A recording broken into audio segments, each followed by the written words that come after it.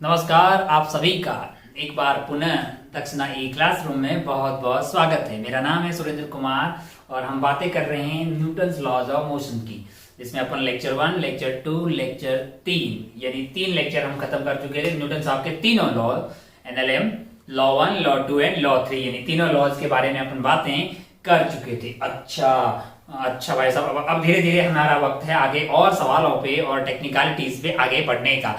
क्या अगर अपन खास बात करें, हम लेक्चर नंबर 3 के एंड में शायद 2-3 सवाल हमने होमवर्क में दिए थे, तो पहले उन सवालों को देखते हैं और फिर आगे का खेला खेलते हैं। आइए भाई साहब, पहला सवाल कौन सा था? पहला सवाल कैसा था? पहला सवाल होमवर्क डिस्कशन कर देते हैं पहले। ये होमवर्क वो वाला है जो हमने क्लास में दिया है। इसके अलावा भी आपको होमवर्क खूब सारा मिल रहा है, आप उसको सॉल्व करते रहें और उसका सॉल्यूशन का वीडियो देखते रहें, है ना। और उसमें किसी भी प्रकार का कोई भी डाउट रहे तो उसको पूछने का, क्लियर करने का, होमवर्क का डिस्कशन का वीडियो देखने का एक प्रोटोकॉल है। ये प्रोटोकॉल ये है कि आप मैकेनिक्स के सवाल को पूरी शिद्दत से 1 बार, 2 बार, 3 बार एटलीस्ट अपना दिमाग पूरा लगाइए कि भाई यार ऐसा हो सकता है, ऐसा हो सकता है। फिर जाके वीडियो, अगर उसके बाद में भी आप आंसर तक नहीं पहुंच पाए, फिर जाके वीडियो सॉल्यूशन देखें। ऐसा नहीं कि भाई इधर सवाल लिखा और इधर वीडियो प्ले कर दिया, तो उससे तेरा कोई फायदा होने वाला नहीं है। अच्छा भाई साहब, अपन पहले सवाल पे बढ़ते हैं। हमने शायद पहला सवाल आपको दिया था। पहला सवाल था हमारे पास कुछ ऐसा था कि यहाँ पे ऐसी एक दीवार है और यहाँ पे एक स्फीयर रखा हुआ है। क्या रखा हुआ है? एक स्फीयर रखा हुआ था जिसका मास आपको शायद 5 केजी दिया हुआ था और रेडियस भी आपको दिया हुआ था 5 मीटर। सिमिलरली एक दीवार यहाँ पे भी है। अच्छा, सिमेट्री है दोनों तरफ। अच्छा भाई साहब, बहुत बढ़िया। और आपको शायद हमने इंफॉर्मेशन दी थी कि ये जो बीच की दूरी है वो कितनी है? 6 मीटर है। अच्छा, बहुत बढ़िया, बहुत और यहाँ पे लगने वाले नॉर्मल पता करना हमारे लिए टास्क था, है ना। अच्छा भाई साहब, बहुत बढ़िया। मास्टर ने आपको बताया था कि किसी भी एक पॉइंट पे, एक सरफेस से एक पॉइंट टच हो रहा हो तो वहां पे नॉर्मल कैसे निकालना, वहां पे डायरेक्शन ऑफ नॉर्मल कैसे निकालते हैं? सरफेस पे टेंजेंट डाल दिया, टिक टिक टिक टिक टिक, तो यहाँ पे नॉर्मल आएगा ऐसा, और इस वाले पॉइंट पे भी आप टेंजेंट डाल दीजिए, यहाँ पे नॉर्मल आएगा ऐसा। अगर आप ध्यान से देखें तो क्या सिमेट्री से मैं ये बोल सकता हूं कि दोनों ही नॉर्मल का मैग्नीट्यूड सेम होगा। डायरेक्शन तो आपको दिख ही रही है। तो अगर मैं इसको n बोल रहा हूं, तो क्या इसको भी n बोल दूं? क्योंकि सिमेट्री है, अच्छा भाई साहब, और ये दोनों सेंटर से पास होंगे। दोनों कहां से पास होंगे? सेंटर से पास हो रहे होंगे। अच्छा भाई साहब, बहुत बढ़िया, बहुत ही शानदार। हम जानते हैं कि इनको निकालने के लिए इस तरह के तमाम किस्म के सवालों में हमको बनाना चाहिए फ्री बॉडी डायग्राम। तो आइए इसका फ्री बॉडी डायग्राम बनाते हैं। अगर आप ध्यान से देखेंगे तो इधर की तरफ इस पे एक एन लग रहा है और इधर की तरफ एक लग रहा है एन। अच्छा, बहुत बढ़िया भाई साहब, बहुत ही शानदार। ओहो। और अगर आप ध्यान से देखें तो नीचे इस पे लग रहा होगा mg। क्या लग रहा होगा? mg। उसकी वैल्यू क्या हो जाएगी? 50। अच्छा, बहुत बढ़िया, बहुत ही शानदार। हो कोई एंगल बोल देते तो हम तुरंत एंड पता कर लेते। मैंने कहा एंगल पता कर लेते हैं। ये इंफॉर्मेशन आपको दी है 6। ये इंफॉर्मेशन क्या दी है? 6 मीटर, यानी यहां से लेके यहां तक की दूरी है 6 मीटर और यहां से लेके सेंटर तक की ये दूरी हो जाएगा रेडियस, यानी कि ये वाली दूरी अगर आप ध्यान से देखें तो ये वाली दूरी आपके है 5 मीटर और ये वाली दूरी है आपके लिए टोटल 6, तो ये हो गई 3 और तो ये वाली हो जाएगी 4। अगर आप ध्यान से देखें तो ये वाला एंगल आपके लिए हो गया 53 डिग्री। अगर ये वाला एंगल हो गया 53 डिग्री तो ये वाला एंगल क्या होगा? 37 डिग्री। अच्छा, ये वाला एंगल 37 तो ये वाला एंगल 37 डिग्री और ये वाला एंगल 37 डिग्री, तो ये वाला एंगल कितने आ गए हैं? 37 डिग्री एंड 37 डिग्री। अच्छा, ओहो, इस एन का ऊपर वाला कंपोनेंट आएगा n cos 30, इसका ऊपर वाला कंपोनेंट आएगा n cos 30, n sin 30 और n sin 30 आपस में कट के मर जाएंगे। ऊपर वाले दो कंपोनेंट आपके लिए आ गए हैं 2n cos 37 डिग्री और नीचे की तरफ क्या है? 50 है। भाई साहब इक्वेट कर दीजिए, क्योंकि ये रुका हुआ है, इक्विलिब्रियम में है, तो नेट फोर्स हॉरिजॉन्टल और वर्टिकल में क्या होना चाहिए? 0 होना चाहिए इस पर्टिकुलर केस में। 2n cos 37 की वैल्यू होगी 4/5, दैट इज इक्वल टू 50। बहुत बढ़िया भाई साहब। तो ये आंसर आ गया है n आपके लिए आ गया है 250 divided by 8 Newton. 250 divided by 8 Newton. अगर हमने कैलकुलेशन ठीक की है और आपका आंसर भी 250 डिवाइडेड बाई 8 आना चाहिए। अगर आपका आंसर आया है तो बहुत बढ़िया, बहुत ही शानदार, कोई बहुत ज्यादा टफ वाली बात इसमें नहीं थी। अच्छा, ये सवाल था पहला शायद। दूसरा हमने क्या दिया था? दूसरा सवाल शायद ज्यादा आसान, बहुत आसान था।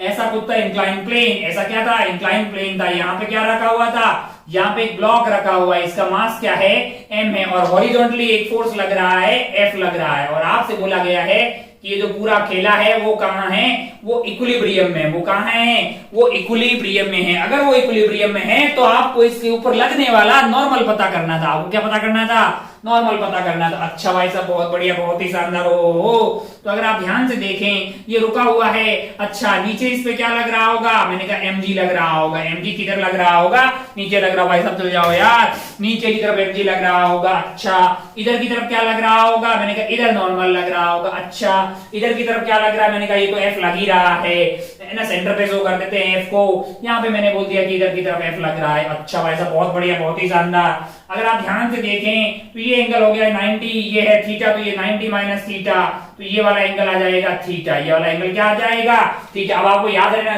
मतलब आगे से ध्यान रखेंगे कि mg का इधर वाला कंपोनेंट क्या हो जाता है, mg cos थीटा, और ये वाला कंपोनेंट क्या आ जाएगा, mg sin थीटा, है ना।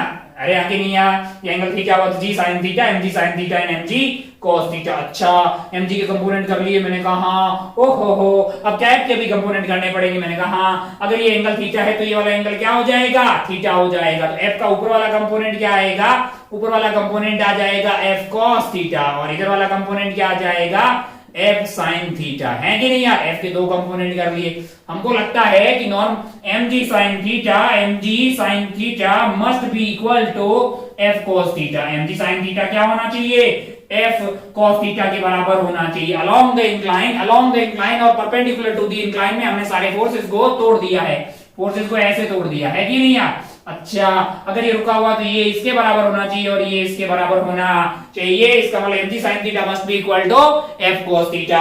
और नॉर्मल की वैल्यू क्या हो जाएगी हमारे लिए, नॉर्मल की वैल्यू हो जाएगी f sin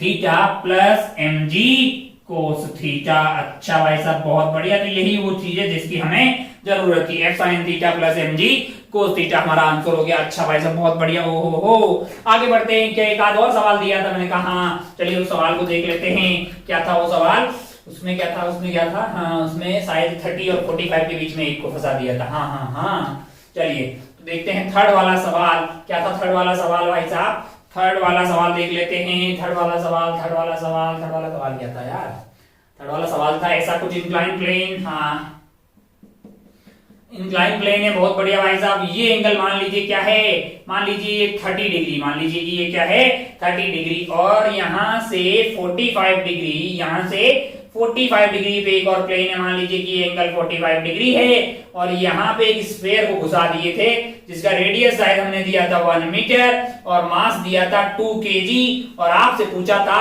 कि यहाँ पे लगने वाले, यहाँ पे मान लीजिए कि ये क्या लग रहा है, ये यहाँ पे N1 लग रहा है। क्या लग रहा है, ये N1, और यहाँ पे क्या लग रहा है N2 लग रहा है। तो आपको N1 और N2 पता करना है, जो भी है, इसको N1 माना है, इसको N2 माना, जो भी हमने माना है, तो उसको निकालना हमारा धर्म बनता है कि हम क्या निकालेंगे, N1 एंड N2 निकालना। ये सवाल था, बहुत बढ़िया भाई साहब आपसे हुआ होगा।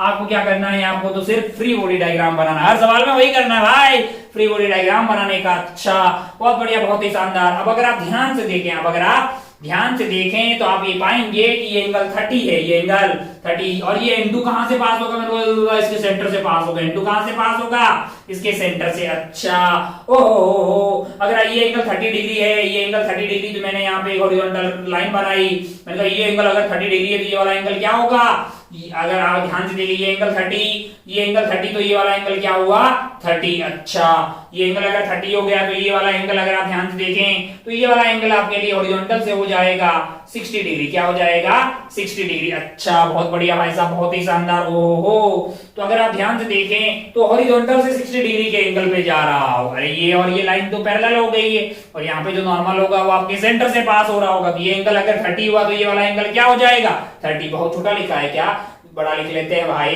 ये 30 डिग्री और ये वाला एंगल क्या हो जाएगा 60 डिग्री। अच्छा बहुत बढ़िया भाई साहब, ये एंगल 30 हुआ तो ये वाला एंगल हो गया 30, और ये जो है उससे पास हो रहा है तो एंगल हो गया है 60 डिग्री। अच्छा, बहुत बढ़िया, बहुत शानदार। ओहो। और सिमिलरली अगर अपन बात करें इसकी, या फिर इसको अलग से बनाएं, मान लो कि इसको अलग से बना देते हैं अपन कि ये ऐसे है, ये ऐसे है, यहाँ पे आपके पास लग रहा है N2, यहाँ पे क्या लग रहा है N2, N2 ऐसे लग रहा है, और N2 जो है हॉरिजॉन्टल से, यानी ये वाला एंगल आपको 30 डिग्री दिया हुआ है, तो ये वाला एंगल आपके लिए हो गया है 30 डिग्री, और ये वाला एंगल हो गया है आपके लिए 60 डिग्री। और पास कहां से हो रहा है, वो आपका पास हो रहा है सेंटर से। अच्छा, सिमिलरली अगर आप N1 की बात करें, N1 की बात करेंगे, जरा ध्यान से देखें तो यहाँ पे देख लीजिए N1, ये वाला एंगल क्या होगा 45 डिग्री, ये वाला एंगल क्या है 45 डिग्री। अच्छा भाई साहब, N1 कहां से पास होगा, मैंने कहा सेंटर से पास होगा। अच्छा, N1 अगर सेंटर से पास होगा तो इधर की तरफ हो गया N1। ओहो हो, ये एंगल है 45, टिक टिक टिक। तो अगर आप ध्यान से देखें तो आप क्या पाएंगे कि ये वाला एंगल क्या हो जाएगा 45 डिग्री, और ये वाला एंगल क्या हो जाएगा 45 डिग्री। ये 45 नीचे की तरफ होगा, 45 डिग्री नीचे की तरफ हॉरिजॉन्टल से। अब इसका बीडी बनाते हैं। अब इसका मान लीजिए कि बीडी बना दिया हमने, इसको पॉइंट से रिप्रेजेंट कर दिया, तो इसके ऊपर जो N1 है, ये हॉरिजॉन्टल लाइन अपन ने रिप्रेजेंट कर दी। N1 जो है वो ऐसे लग रहा है, कैसे लग रहा है, ऐसे लग रहा है, और ये वाला एंगल क्या है आपके लिए 45 डिग्री। अच्छा, और N2 कैसे लग रहा है, मैंने कहा N2 जो है वो अगर आप ध्यान से देखें तो N2 आपके लिए यहां पे लग रहा है इस तरफ, कैसे लग रहा है ऐसे, और वो एंगल क्या होगा ये वाला 60 डिग्री। ये वाला एंगल क्या है 60 डिग्री, और ये आपका हो गया है N2। अच्छा, और सीधा नीचे की तरफ क्या लग रहा होगा, नीचे की तरफ इसका mg लग रहा होगा। क्या लग रहा होगा mg, मास हमने कितना दिया है 2, और ये हो गया है 20। चलिए भाई साहब, फ्लो में कुछ एंगल गलत तो नहीं कर रहे हैं, नहीं, ये 30 लिया, 60 हो गया, तो ये 60 हो गया, N2 उधर जाएगा। वाह, चलिए ठीक है भाई साहब, अब क्या करने का, मैंने कंपोनेंट खेलने का, हॉरिजॉन्टल एंड वर्टिकल में कंपोनेंट कर देते हैं। ओहो हो, तो इस N1 का इधर वाला कंपोनेंट हो जाएगा N1 बाई रूट 2, इधर वाला कंपोनेंट क्या हो जाएगा N1 बाई रूट 2, और नीचे वाला कंपोनेंट क्या होगा, नीचे वाला कंपोनेंट होगा N1 by root 2, N1 by root 2। अच्छा भाई साहब, बहुत बढ़िया। ओहो, तो ये हो गया, और N2 का इधर वाला कंपोनेंट होगा N2 कोस थीटा, यानी N2 divided by 2, N2 divided by 2, और ऊपर वाला कंपोनेंट होगा N2 sin theta, N2 sin theta, sin 60 degree, यानी कि आपका sin 60 डिग्री हो गया है N2 रूट 3 डिवाइडेड बाई 2। ओहो, अगर ये रुका हुआ है तो ये आइटम इसके बराबर होना चाहिए, और ये आइटम इसके बराबर होना चाहिए, यानी कि N2 divided by 2 must be equal to N1 divided by root 2। अच्छा, बहुत बढ़िया भाई साहब, बहुत शानदार। ओहो, तो ये कट गया है, ये आ गया रूट 2, तो यहां से आ गया है N2 is equal to root 2 N1। अच्छा, रिश्ता नंबर 1। रिश्ता नंबर 2 कहां से आएगा, रिश्ता नंबर 2 यहां से लाया जा सकता है, कैसे कि N2 root 3 by 2 plus is equal to 20 plus N1 by root 2। ओहो, कितने इक्वेशन है भाई साहब, 2 इक्वेशन, 2 वेरिएबल। अबे सॉल्व करके N1 आ जाएगा, क्या N2 आ जाएगा, क्या इसको किया जा सकता है, क्या कोई बहुत ज्यादा टफ है, क्या इसमें तेरे प्राण निकल जाए, ऐसा कुछ है क्या, ऐसा कुछ भी नहीं है। चलिए आगे बढ़ते हैं, चलिए आगे बढ़ते हैं, खेला को आगे बढ़ाते हैं अपन। चलिए भाई साहब, बोर्ड हो गया चकाचक, आगे बातें करते हैं, थोड़ी सी और बातें करते हैं अपने पास। हाँ, ब्लैक, ये थोड़ी सी और बातें करते हैं। अभी तक हमने ना बातें की नॉर्मल फोर्स की, बातें की टेंशन फोर्स की। एक बहुत कॉमन टाइप का फोर्स होता है, वो भी बुरा मान जाएगा कि काफी टाइम से उसका कोई नाम वाम नहीं लिया है, तुरंत उसका लेना चाहिए। स्प्रिंग फोर्स के बारे में बातें करते हैं, थोड़ी सी बातें करते हैं अपन स्प्रिंग फोर्स के बारे में। स्प्रिंग फोर्स बहुत ही आसान है, हताश परेशान निराश होने की कोई जरूरत कहीं पे भी नहीं है। सबसे पहले अपन बातें करते हैं कि स्प्रिंग देखने में होती कैसी है। आप बोले कि साहब हमने देख रखी है, आपने देखी होगी स्प्रिंग। बोले कहाँ, मतलब काफी जगह होती है वैसे तो, लेकिन वो टिचुक वाला पेन आता है ना, टिचुक ऐसे मारो तो आगे निकल जाता है ना, तो उस पेन में लगी होती है एक स्प्रिंग। अच्छा, स्प्रिंग ऐसी होती है, उसको स्प्रिंग बोलते हैं। मैंने कहा हाँ, मान लीजिए कि इसकी लंबाई है L0, मान लीजिए कि इसकी लंबाई क्या है L0, इसकी लंबाई क्या है L0। इसकी लंबाई को प्यार से बोलते हैं नेचुरल लेंथ। क्या बोलते हैं, नेचुरल लेंथ। नेचुरल लेंथ से हम क्या समझे, मैंने कहा एक स्प्रिंग है, उसको आप परेशान मत करो यार, आराम से ऐसे रख दो, तो जो उसकी लंबाई होती है उसको प्यार से क्या बोलते हैं, नेचुरल लेंथ। अच्छा, बहुत बढ़िया, बहुत शानदार। एक दिन हमने क्या किया कि स्प्रिंग को जिसकी नेचुरल लेंथ L0 थी उसको इधर से एक फोर्स से खींचना शुरू कर दिया। इधर से क्या किया हमने, एक फोर्स लगाया और उसको खींचना शुरू कर दिया। अब आप सब जानते हैं, आपने स्प्रिंग देख रखी होती है, आपको स्प्रिंग को खींचेंगे तो स्प्रिंग में इलोंगेशन आने लगता है, लेकिन वो इसका अपोज करती है, नहीं हमको लंबा नहीं होना है, हम जैसे हैं हम वैसा ही रहना चाहते हैं, हमको लंबा नहीं होना है। आप फिर खींचने की कोशिश करते हैं, लेकिन वो इसको अपोज करती है, वो इसका अपोज करती है, यानी एक फोर्स लगाती है। हमें उसी फोर्स यानी कि स्प्रिंग फोर्स के बारे में बातें करनी। अच्छा, मान लीजिए कि आपने इसकी बैंड बजा दी, यानी कि अब इसकी जो लेंथ है, अब इसकी लेंथ जो है पुराने जमाने में L0 हुआ करती थी, अब L0 प्लस x हो गई है। x क्या है, मैंने कहा x यहाँ पे इलोंगेशन हो गया, x यहाँ पे क्या हो गया है, इलोंगेशन। आप इधर की तरफ फोर्स लगा रहे हैं और स्प्रिंग जो है आप पे इधर की तरफ फोर्स लगा रही है, मैं उसको Fs बोल रहा हूं। Fs is the force due to spring. अगर आप ध्यान से देखें तो आप ये पाएंगे कि जो स्प्रिंग के द्वारा लगने वाला फोर्स है वो बढ़ता जाएगा वक्त के बाद। जितना ज्यादा आप खींचेंगे स्प्रिंग को, उतना ही ज्यादा फोर्स आप पे स्प्रिंग वापस लगा रही है। क्या ये बोल दिया जाए कि स्प्रिंग का force is directly proportional to elongation, तो इसमें कोई ज्यादा कोई गलत बात नहीं है। अभी अगर आप ध्यान से देखें तो ये बेसिकली होता है, जो ये आपका प्रोपोर्शनलिटी कांस्टेंट होता है वो स्प्रिंग पे डिपेंड करता है, यानी कि k इंटू एक्स आ जाएगा। यहाँ पे k क्या है, k इज बेसिकली जो एक कांस्टेंट है, जो अलग अलग स्प्रिंग के लिए क्या होगा, अलग अलग होगा। इसको प्यार से क्या बोलते हैं, प्रोपोर्शनलिटी कांस्टेंट या फिर स्प्रिंग कांस्टेंट। क्या बोलते हैं, स्प्रिंग कांस्टेंट। अच्छा, बहुत बढ़िया, बहुत शानदार। क्या होगी इसकी यूनिट होगी न्यूटन पर मीटर, फोर्स डिवाइडेड बाय आप x कर दीजिए। अच्छा, ये तो मैग्नीट्यूड की बात हुई। अगर मैं रियलिटी में बात करूं कि वेक्टर के साथ में, तो क्या मैं ऐसा बोल सकता हूं कि force of spring is equal to minus of k into X vector, क्योंकि तूने उधर खींचा भाई साहब, है कि नहीं यार, लेकिन फोर्स उसका अपोज कर रहा है, फोर्स इस तरह से लगाएगी स्प्रिंग कि वो वापस अपनी नेचुरल लेंथ में आने की कोशिश कर रही। अच्छा, ओहो, अरे जरूरी थोड़ी है कि हम इलोंगेशन करें भाई, हम तो स्प्रिंग को दबा भी तो सकते हैं। बिल्कुल दबा सकते हैं। ये देखिए जरा ध्यान से, मान लीजिए L0 लेंथ की ये स्प्रिंग थी, एक दिन आपका मन हुआ, आपने क्या कर दिया, इसको दबा दिया। आप इसको दबा रहे हैं ऐसे, तो स्प्रिंग इसका अपोज करती है, एक फोर्स लगाएगी Fs, और वो Fs भी डायरेक्टली प्रोपोर्शनल होता है कितना आपने उसमें कंप्रेशन किया है ना। तो हाँ, यहाँ पे भी आपके पास Fs की वैल्यू होती है k इंटू एक्स, और मैग्नीट्यूड के हिसाब मतलब वेक्टर के हिसाब से बात करें तो minus k into X vector. अच्छा,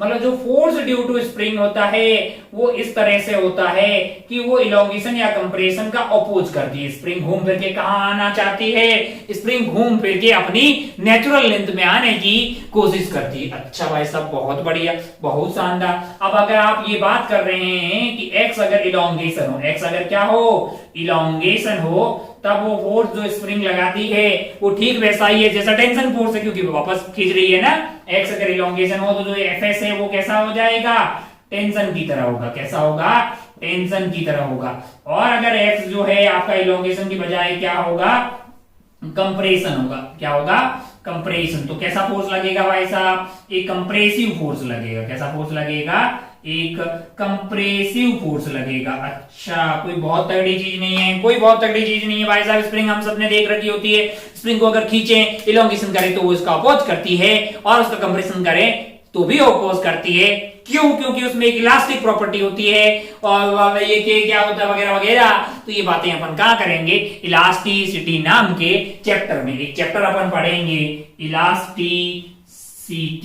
अब तू बोलेगा क्या होती है इलास्टिसिटी, तो अभी बातें कर रहे हैं, अपन मैकेनिक्स में बातें करेंगे बहुत बेहतर, मतलब जो है 11वीं के एंड में ये बातें आती है इलास्टिसिटी की। तो वहां पे इस के बारे में बातें करेंगे कि क्या है ये के, क्या किन चीजों पे ये के डिपेंड करता है। लेकिन आपको इतना तो पता है कि किसी पर्टिकुलर मटेरियल की बनी हुई स्प्रिंग के लिए ये के की वैल्यू कांस्टेंट होती है। इफ यू डोंट माइंड, मैं एक छोटी सी बात बता देता हूं, है ना।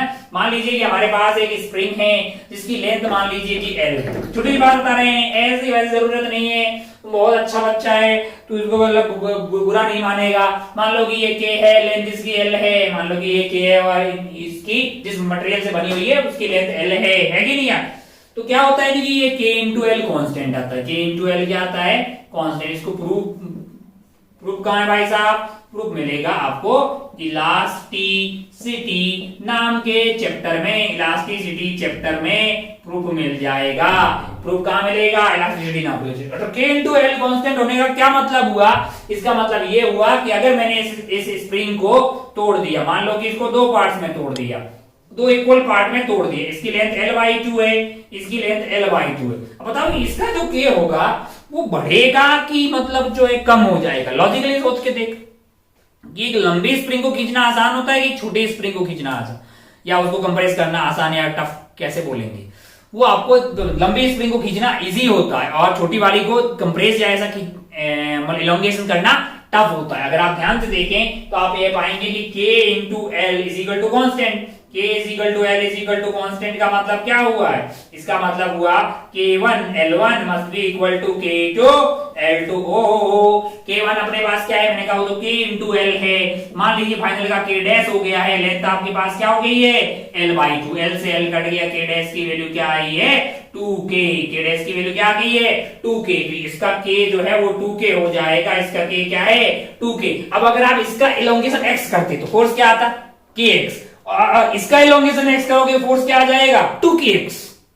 अरे भाई हाँ, एक लंबी स्प्रिंग को x इलोंगेशन करना इजी है कंपेयर टू अगर इसी की आधी लेंथ की उसी मटेरियल की, तभी K सेम हुआ, मटेरियल सेम होना चाहिए तभी तो K सेम होगा यार। अगर मान लीजिए कि इसका इलोंगेशन x करोगे तो फोर्स लगा आपका K इंटू एक्स, लेकिन इसी की आधी लेंथ की स्प्रिंग को अगर आप x खींचेंगे तो फोर्स लगेगा 2kx, यानी फोर्स डबल हो गया। अच्छा मतलब काम की बात क्या है, मैंने कहा काम की बात है K into L is equal to constant, K1 L1 is equal to K2 L2। ये बात हमारे काम की। प्रूफ कहां बताया जाएगा, इलास्टिसिटी में। क्यों बताया, यहाँ पे कोई जरूरत पड़ेगी, मैंने कहा कोई जरूरत नहीं, वैसे ही मुझे याद आ गया तेरे को बता दिया। अच्छा भाई साहब बहुत बढ़िया, कहीं एचएसएम वगैरह चैप्टर में कहीं ना कहीं काम आएगा, वैसे मतलब जो है काफी सवालों में काम आता है। अच्छा भाई साहब बहुत बढ़िया, बहुत शानदार। ओ हो, ये तो अच्छा लगा अपने को कि K इंटू एल कॉन्स्टेंट आ जाता है। अच्छा मान लीजिए इसी में ऐसे बोल दे कि एक स्प्रिंग को n इक्वल पार्ट में तोड़ दिया, इसी स्प्रिंग को क्या किया cut into n equal parts में तोड़ दिया। अच्छा अगर n इक्वल पार्ट्स में तोड़ दिया तो क्या हो जाएगा भाई साहब, इंडिविजुअल की लेंथ क्या हो जाएगी L/n हो जाएगी ना, टोटल लेंथ L है तो L/n हो जाएगी, और K की जगह क्या हो जाएगा K डैश हो जाएगा। अब आप ध्यान से देखें तो यहाँ पे क्या आएगा, यहाँ पे आएगा K into L is equal to K dash into L/n है। अच्छा तो अगर आप ध्यान से देखें तो L से L कट गया, K डैश की वैल्यू क्या हो गई NK हो गई है ना, तो अगर इसका K है तो इसका क्या हो जाएगा मतलब डिवाइडेड बाई L कर दिया, यानी कि n पार्ट्स का हर एक का हो जाएगा NK। अच्छा बहुत बढ़िया, बहुत शानदार। ओ अच्छा हम लोग क्यों पढ़ रहे हैं, मैंने कहा हमने एक स्प्रिंग फोर्स का आइडिया लगा दिया। स्प्रिंग फोर्स इस तरह से लगता है कि वो अपनी स्प्रिंग को वापस नेचुरल लेंथ में लाने की कोशिश करता है। वहां पे इलोंगेशन एंड कंप्रेशन ध्यान रहे, F is equal to minus kx में, F is equal to minus kx में x इज इलोंगेशन या compression from the natural length. x कहां से होता है, from natural length. Natural length क्या होती है, मैंने कहा जब कोई उसमें धक्का मुक्की नहीं कर रहा हो, कोई फोर्स नहीं लगा रहा हो, वो एकदम चिल पड़ी हो, तब उसकी जो लेंथ होती है उसको प्यार से क्या बोलते हैं, नेचुरल लेंथ बोलते हैं। अच्छा भाई साहब बहुत बढ़िया, बहुत शानदार। ओ हो फिर क्या हम लोगों ने ये पढ़ लिया, अब ये एक नया फोर्स पढ़ लिया, जगह जगह सवालों में आएगा। मैंने कहा बिल्कुल, स्प्रिंग के बारे में छोटी छोटी बातें हमने शुरू की है, काफी पीएचडी हम लोग स्प्रिंग के बारे में करने वाले हैं, काफी कट पेस्ट टाइप का काम यहाँ पे करने वाले हैं। मान लो कि एक बहुत ज्यादा थू किस्म का सवाल पूछे, बहुत ही ज्यादा थू, मतलब एकदम इस तरह का। अगर आप ध्यान से देखें तो मैंने एक क्या कर दिया कि मान लो कि एक स्प्रिंग लिए, क्या लिए, एक स्प्रिंग ली है जिसका स्प्रिंग कांस्टेंट मान लीजिए K, क्या दिया हुआ है K दिया हुआ है, और यहाँ पे एक ब्लॉक है, ब्लॉक मान लीजिए कि M मास ले लेते हैं ना, मास M ले लिया। अच्छा भाई साहब बहुत बढ़िया, बहुत शानदार। ओ अच्छा K की वैल्यू भी दे दो, मान लो कि K आपको दे दिया है 100 न्यूटन पर मीटर, 100 न्यूटन पर मीटर। अच्छा ओ हो, और मान लीजिए कि ये जो M है इसकी वैल्यू क्या है आपके लिए, ये 10 kg, ये क्या है 10 kg। अच्छा बहुत बढ़िया भाई साहब, बहुत ही शानदार। ओ हो अब अगर आप ध्यान से देखें तो आप अब मान लो कि हाँ ऐसी कंडीशन में रखा हुआ, आपसे पूछा find elongation,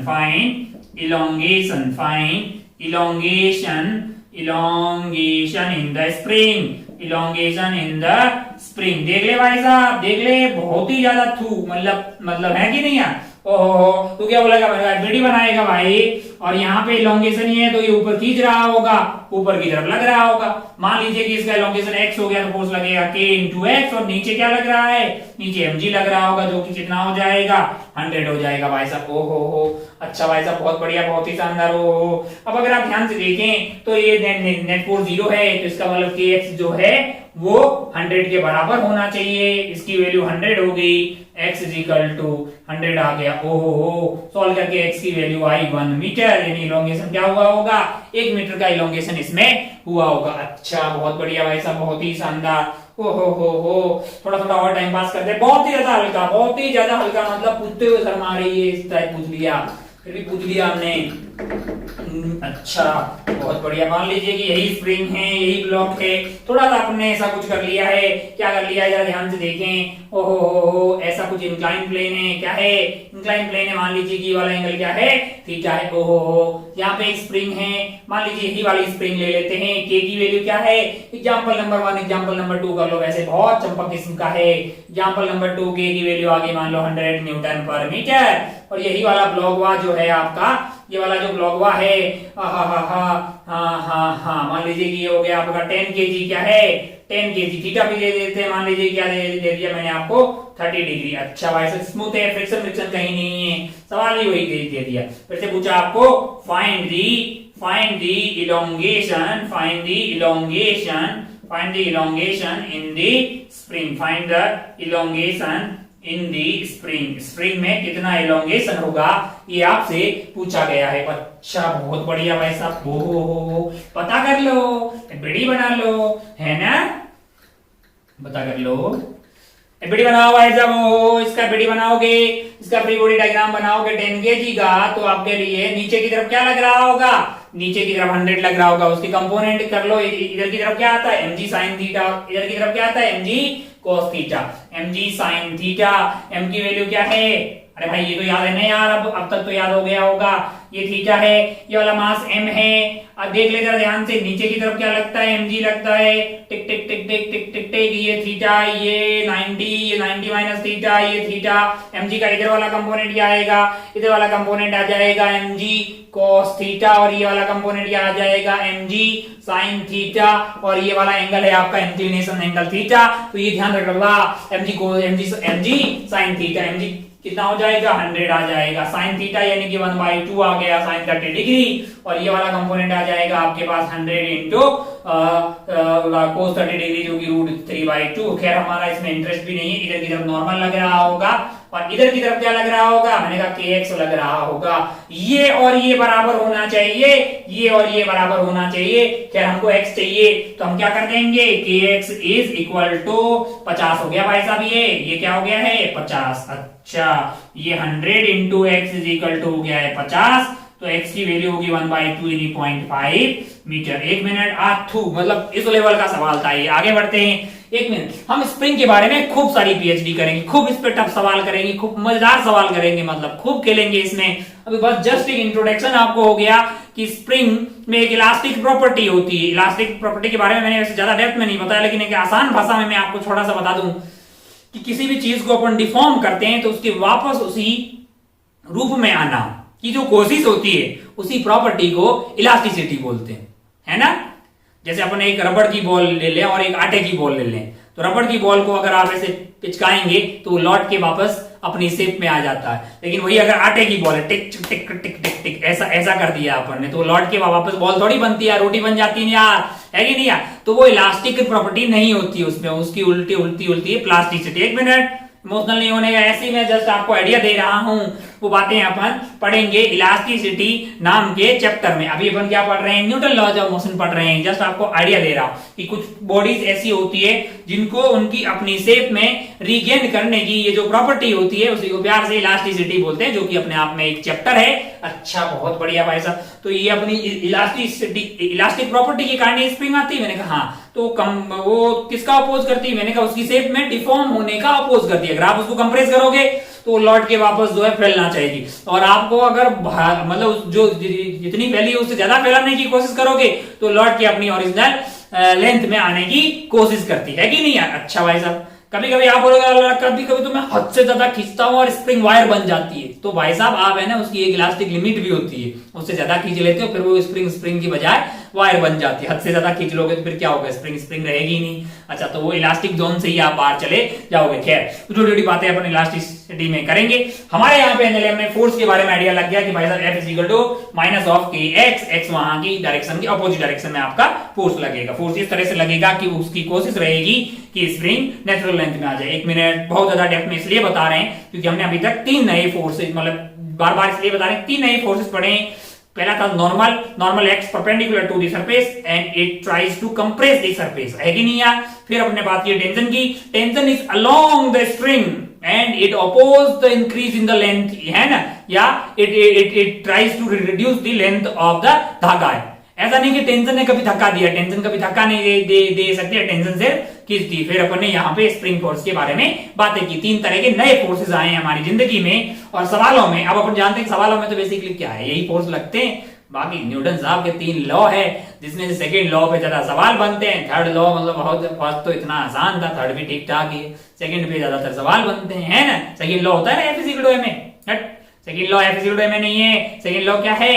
F is equal to dp by dt। लेकिन अगर बॉडी का मास कांस्टेंट हो तो क्या F is equal to ma आ जाएगा? मैंने कहा तो वहां पे dm बाई dt जो है वो 0 हो गया। आगे बढ़ते हैं और सवालों में धीरे धीरे स्प्रिंग पे लौट के दोबारा आएंगे। स्प्रिंग के बारे में और बातें करेंगे। स्प्रिंग के बारे में मतलब जो है अब ये बहुत आसान सा एक आपको आइडिया दिया है स्प्रिंग फोर्स के बारे में। चलिए आगे बढ़ते हैं और हेडिंग डाल दीजिए। अभी तक हमारे पास जो सवाल हमने ज्यादातर किए हैं, जो कि सारे जो भी किए हैं उसमें बॉडी इक्विलिब्रियम में थी। कहां थी? ट्रांसलेशनल इक्विलिब्रियम में थी। ट्रांसलेशनल इक्विलिब्रियम में होने का क्या मतलब हुआ कि भाई साहब वो बॉडी मूव नहीं कर रही थी, बॉडी मूव नहीं कर रही। लेकिन अब हम चाहते हैं कि बॉडी मूव कर जाए, है कि नहीं यार? तो हम चाहते हैं कि डायनामिक्स वाले सवाल सोल्व करें। हेडिंग डाल दें आप, डायनामिक्स, हेडिंग डाल दें लीजिए, हेडिंग, हाँ, dynamics of translational motion, dynamics of translational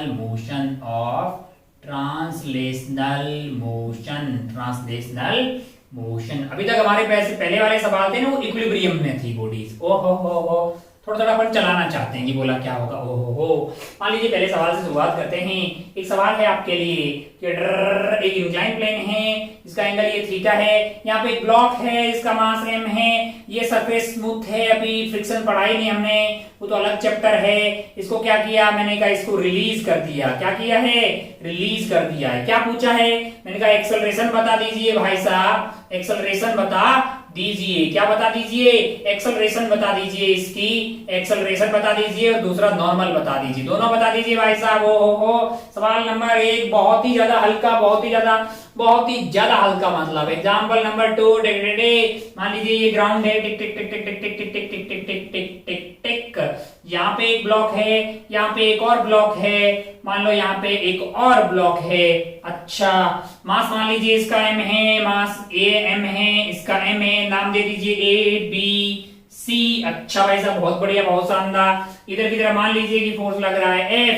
आपसे पूछा जाए कि यहाँ की टेंशन है T1 और यहाँ की टेंशन है मान लीजिए T2, तो आप T1 बताइए, T2 बताइए, T1 बताइए, T2 बताइए। आथू, बहुत ज्यादा आसान किस्म के दोनों सवाल। चलिए भाई साहब खेला शुरू करते हैं। अब जरा ध्यान से देखें, इसको रिलीज कर दिया, रिलीज किया मैंने कहा एफबीडी बनाते हैं। क्या बनाते हैं? एफबीडी। अब आप ध्यान से देखें, नीचे की तरफ mg लग रहा है, इसका इधर वाला कंपोनेंट आएगा mg sin थीटा। क्या आ जाएगा? mg sin theta. इधर वाला कंपोनेंट mg cos थीटा। क्या आ जाएगा? mg cos theta. अच्छा, मैंने कहा नॉर्मल कैसे लगेगा? इधर। मैंने कहा इधर तो ये जाएगा नहीं क्योंकि नॉर्मल की वैल्यू तो mg cos थीटा के बराबर आ जाएगी। ये तो perpendicular to the incline plane हुआ, लेकिन अलोंग द इंक्लाइन प्लेन कोई रोकने वाला नहीं है। नेट फोर्स क्या हो गया है? mg sin theta. और अपन लगाएंगे F is equal to ma। Net force हमारे लिए क्या है? mg sin theta. और मास तो m ही है इंटू ए। तो ए की वैल्यू क्या आ गई है, मास से मास को काट लीजिए, आंसर आ गया है आपका g sin थीटा। आंसर क्या हो गया है, g sin थीटा। अच्छा भाई साहब बहुत बढ़िया, बहुत ही शानदार। हो नेक्स्ट वाले पे बढ़ते हैं। नेक्स्ट वाले में एक फोर्स है इधर की तरफ 3 आइटम को खींच रहा है, ये आइटम इससे कनेक्टेड है, ये आइटम इससे कनेक्टेड है। तो एक बात मेरे को साफ साफ दिखाई दे रही है कि यार इसको कौन आगे लेके जा रहा है। मैंने कहा ये टेंशन, और इसको आगे कौन ले जा रहा है, ये। अब ऐसा तो नहीं हो सकता कि ये बहुत तेजी से आगे चला जाए और ये पीछे आ जाए। मेरे को ऐसा लग रहा है तीनों की रफ्तार भी सेम होगी और तीनों की रफ्तार सेम रेट से बढ़ भी रही होगी, तीनों की एक्सेलरेशन भी सेम होगी, क्योंकि बीच में धागा है, अन्यथा धागा टूट जाएगा, है ना। अच्छा भाई, अगर ये 5 मीटर पर सेकंड से इधर जा रहा है तो इसको भी 5 से ही आना पड़ेगा। अरे भाई 5 से तो आएगा, 6 से आएगा तो ये टूट जाएगा, और फिर इसको 5 से ही आना पड़ेगा वरना ये टूट जाएगा। और किसी भी टाइम पे तो मतलब तीनों की वेलोसिटी सेम होनी चाहिए, तो ये तभी हो सकता है जब तीनों की एक्सेलरेशन भी क्या हो, सेम हो। अच्छा मतलब ये तीनों लोग एक्सेलरेट हो रहे हैं साथ में, सबकी एक्सेलरेशन ए है। अब अगर आप ध्यान से देखें तो इन तीनों के सिस्टम पे एक्सटर्नल हॉरिजॉन्टल डायरेक्शन में फोर्स क्या है, इन तीनों के सिस्टम पे इधर की तरफ हॉरिजॉन्टल में एक्सटर्नल फोर्स क्या हो गया आपके लिए, एफ हो गया। तो आपके पास जो एक्सेलरेशन आ जाएगी, आपके पास एक्सेलरेशन क्या आ जाएगी, एक्सेलरेशन आ जाएगी F divided by total mass. Total mass क्या है, एम एम एम, यानी कि 3m आपके पास टोटल मास आके, यानी एक्सेलरेशन आपके लिए होगी f डिवाइडेड बाई 3m। अब आपको क्या पता करना है, T1 और T2 पता करना है। किसकी एफबीडी बनाए, ए का एफबीडी बना लेते हैं, एफबीडी ऑफ ए का एफबीडी बना लिया मैंने, मान लो। ओहो इधर की तरफ क्या है, इधर की तरफ उस पे f लग रहा है, इधर क्या लग रहा होगा, T1। अच्छा T1 धक्का नहीं दे रहा, T1 खींच रहा, मैं कहा धागा तो खींचता है यार। ए को बोलेगा पीछे आ जाओ, बी को बोलेगा आगे चल लो, धागे की प्रॉपर्टी खींचने की। अच्छा और इसका एक्सेलरेशन क्या है, मैंने कहा ए है।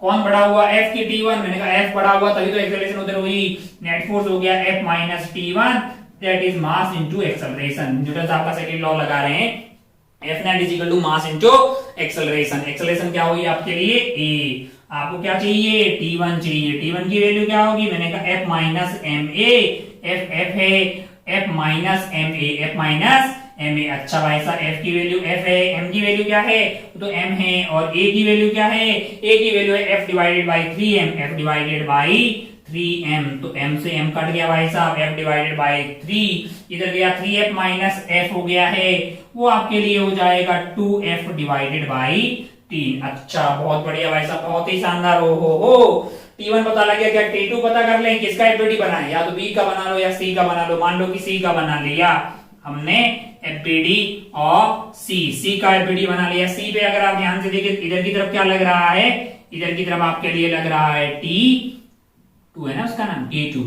अच्छा यही एक फोर्स है, ये मास m है, एक्सेलरेशन तो a ही होगी, तो F net is equal to mass into acceleration, यानी T2 is equal to mass into acceleration। Acceleration क्या है आपके लिए, एक्सेलरेशन है F डिवाइडेड बाई 3m। तो यहां से m से m गायब हो गया, आपका आंसर क्या हो जाएगा, F डिवाइडेड बाई 3 न्यूटन, और ये 2F डिवाइडेड बाई 3 न्यूटन। हमने T1 भी पता कर लिया, और क्या पता कर लिया, T2 पता कर लिया। बहुत ही ज्यादा हल्के सवाल, इससे मैं कोई दोबारा बोलना भी नहीं चाह रहा हूं, बहुत ही ज्यादा आसान जो है दोनों सवाल। बढ़ते हैं सवाल नंबर 3 पे।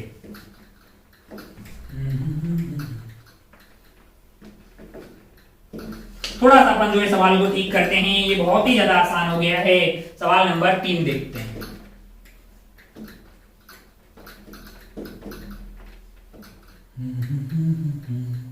सवाल नंबर 3, सवाल नंबर 3, सवाल नंबर 3, सवाल नंबर 3। चलिए भाई साहब कुछ ऐसा करते हैं, मान लीजिए कि इसमें ऐसा कुछ कर दिया अपन ने, मान लीजिए कि यहाँ पे एक ब्लॉक है, हो मान लीजिए कि यहाँ पे एक और ब्लॉक है, ठीक है भाई साहब। मान लीजिए यहाँ पे एक और ब्लॉक है, ठीक है। तीनों ब्लॉक को हमने यहाँ पे रख दिया, बहुत बढ़िया। अच्छा मास भी दे देते हैं अपने फेवरेट, 2 kg, 3 kg, 5 kg। अच्छा इधर से मान लो कि फोर्स लग रहा है 200 न्यूटन, क्या लग रहा है, 200 न्यूटन इधर फोर्स लग रहा है। अच्छा और इधर से लगा देते हैं 50, ठीक है। तो आंसर आ जाएगा 150, नेट फोर्स आ जाएगा, हाँ 150, 5 और 3 हाँ 10 हो गए, ठीक हो जाएगा। Very good. आपको क्या पूछा है, इनका नाम दे दिया A B C। Find acceleration of A B and C। अच्छा और and also find normal between them, and also find normal force between them, also find normal force between them, between A, B and C, इनके बीच का normal force भी पता कीजिए, यानी कि यहाँ का नॉर्मल भी पता करना है और इनकी एक्सेलरेशन पता करनी है। एक बात मेरे को साफ साफ दिखाई दे रही है कि अगर आप ध्यान से देखें तो राइट या लेफ्ट में ये जाएगा कि किधर, कम से कम ये तो सोच रहे हैं कि अपन ये जाएगा किधर, इधर 200 है इधर 50 है, पहले ये भी सोच रहे कि जाएगा किधर, या जाएगा कि भी कि नहीं जाएगा। ये है 200, ये है 50, तो नेट फोर्स उधर की तरफ आया है आपके लिए 150, मैंने कहा 150 और फ्रिक्शन है नहीं तो ये उधर पक्का जाएगा। अरे ये स्मूथ है बाय डिफॉल्ट, है नहीं दिया, अच्छा तो 150 नेट फोर्स आ गया। और इधर से आप धक्का लगा रहे, 5 को 5 लगा रहा, 3 को 3 लगा रहा, 2 को सब लोग साथ में जाएंगे, है कि नहीं है। अब ऐसा नहीं हो सकता 2 kg आगे कट ले, क्योंकि पॉसिबल ही नहीं है। 2 kg को धक्का 3 दे रहा, 3 को कौन दे रहा, 5 दे रहा, 5 को कौन दे रहा, मैंने कहा नेट फोर्स दे रहा होगा 150। तो एफ नेट जो है इन तीनों को अगर आप सिस्टम ले लें,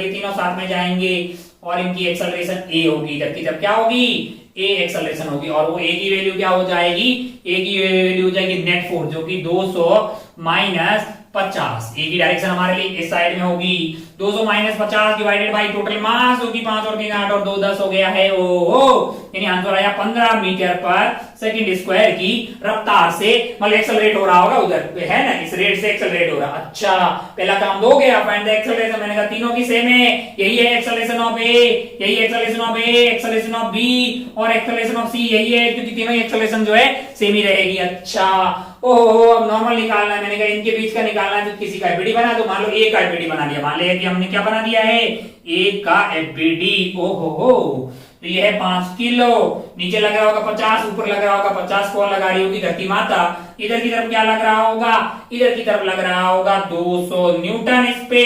अच्छा 150 क्यों नहीं, अबे इस पे तो 200 ही लग रहा है यार, इस पूरे को सिस्टम लोगे तो 150 नेट आया है। और इनके बीच के नॉर्मल को मान लीजिए कि इसको मैं बोल रहा हूं normal on A due to B. अच्छा और एक्सेलरेशन क्या है इसकी, 15 मीटर पर सेकंड स्क्वायर। कौन बड़ा होगा भाई साहब, 200 की एने भी अंधा आदमी भी बोल देगा कि 200 बड़ा होगा, तभी तो नेट फोर्स उधर आया होगा, तभी तो acceleration 15 metre per second square उधर आएगी। 200 minus normal between A and B is equal to F net is equal to mass into acceleration. हम बार बार यही लगा रहे हैं, F is equal to M into A, Newton साहब के सेकंड लॉ का स्पेशल केस के, अगर मास कांस्टेंट हो और हमारे यहाँ मास कांस्टेंट ही रहने वाला है। 200 minus N A B is equal to mass into acceleration जो कि हो जाएगी 15 इंटू 5 इंटू 15, तो एन ए बी की वैल्यू आपके पास आ गई है 200 माइनस 75 हो गया है ना, ये 75 हो गया, तो ये आपके पास 125 न्यूटन आपके पास आ गया है। अच्छा बहुत बढ़िया, बहुत शानदार। ये 125 न्यूटन जो है बी वाला ए पे लगा रहा होगा, इतना ही ए वाला बी पे भी लगा रहा होगा। अच्छा बहुत बढ़िया, वो तो एक्शन रिएक्शन फेयर है अपन जानते हैं। अच्छा हमको अगर इन दोनों के बीच में नॉर्मल चाहिए तो या तो इसका एफबीडी बना दो या इसका बना दो। मान लो कि मैंने सी का एफबीडी बना दिया, मैंने क्या किया, सी का एफबीडी बना दिया, यानी कि 2 kg वाले का।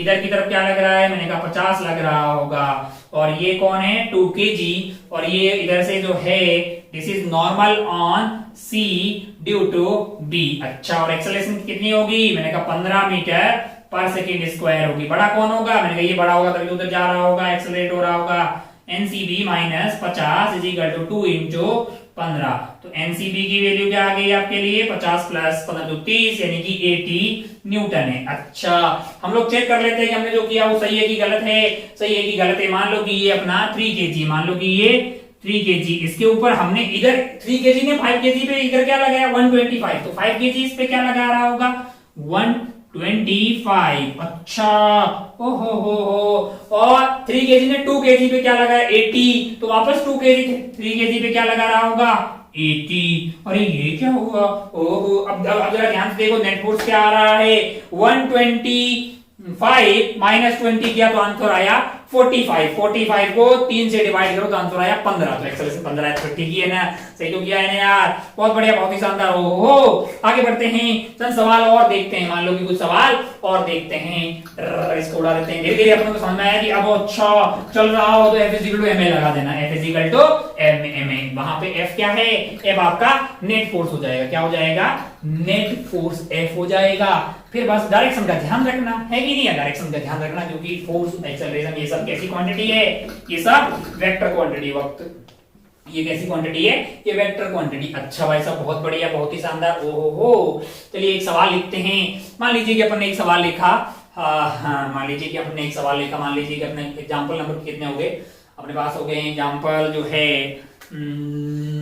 पता नहीं कितना हुआ है एग्जांपल, हमको याद ही नहीं है। चलिए नया एग्जांपल लिख लेते हैं। नंबर में क्या रखा है?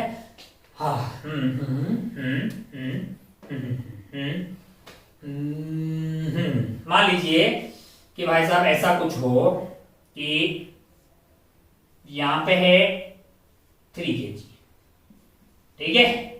इसको एक धागा से कनेक्ट किए, मान लो कि ये है 2 kg। क्या है? 2 kg। बहुत बढ़िया भाई साहब, बहुत शानदार, बहुत ही ज्यादा शानदार, मतलब है ना? है कि नहीं यार? अच्छा, इस कंडीशन में आपको बोल दे ऐसे ऐसे रखे हुए हैं, ऐसे रखे हुए भाई साहब, और आपसे बोल दे कि यार इस धागे में टेंशन क्या होगी। अब बोल दे कि धागे में टेंशन क्या होगी, बता, सोच। कुछ होगी भी? कोई टेंशन इस धागे में कोई टेंशन नहीं होगी। अभी धागे में टेंशन तो आती तब है जब कोई खींच लेगा। मैंने कहा मान लो कि मैंने इधर की तरफ एक फोर्स लगा दिया, मान लो कि मैंने क्या कर दिया है, एक फोर्स लगा। अब इसमें टेंशन नॉन जीरो आई, पहले जीरो थी, है कि नहीं यार? अच्छा अच्छा, वैसे मैं वैसे वाले सवाल थोड़े बताऊं। कुछ सवाल तू सोचना, क्या क्या सोचना कि एक धागा है, एक ब्लॉक रखा हुआ है, यहां पे एक ब्लॉक रखा हुआ है, ठीक है? इसका मास मान लीजिए m1 है, इसका मास m2 है, ठीक है? और ये एंगल क्या है? थीटा है। बीच में क्या है? धागा है। बीच में क्या है? धागा है। और इसको क्या किया हमने? इसको रिलीज कर दिया। क्या कर दिया है? रिलीज कर दिया, ठीक है? दोनों भाग रहे हुए। आपसे पूछा है धागे में टेंशन क्या होगी, यहाँ की टेंशन क्या होगी, यहाँ की टेंशन क्या होगी। तो इसको नया एग्जांपल ही मान लेते हैं। धागे में टेंशन क्या होगी ये पूछ लिया, या फिर आपको ऐसा ऐसा कभी पूछ लेगा कि तू एक बड़ा सा आइटम लिया अपने सर पे। क्या, कहां पे लिया? सर पे। ये तू है, टिक टिक टिक। एक ईंट जो है तूने यहां पे सर पे उठा रखी, ठीक है ना? भार लगेगा ना? लगेगा भाई साहब। क्यों? क्योंकि नॉर्मल लगा रही तेरे ऊपर, तेरे को दुख होगा कि भाई भार लग रहा है। फिर तूने क्या किया? तूने जंप लगा दिया, ठीक है? तूने जंप लगा दिया during free fall. During free fall यहां पे आपको क्या लगेगा? आपके ऊपर नॉर्मल लगेगा कि नहीं लगेगा? During free fall, during free fall normal आपको कितना लगेगा? कितना नॉर्मल आपको लगता हुआ दिखाई देगा ड्यूरिंग फ्री फॉल? या फिर इसका एक भाई बना देते हैं, मान लो कि यहाँ पे यही दोनों ब्लॉक है। अच्छा, ब्लॉक का मास वाला सेम हो ऐसा कोई जरूरी नहीं है। यहाँ पे है, यहाँ पे स्प्रिंग बांध दो बीच में। क्या बांध दो? स्प्रिंग बांध दो भाई साहब। थोड़ा बड़ा बनाते हैं, पता नहीं दिखेगा कि नहीं।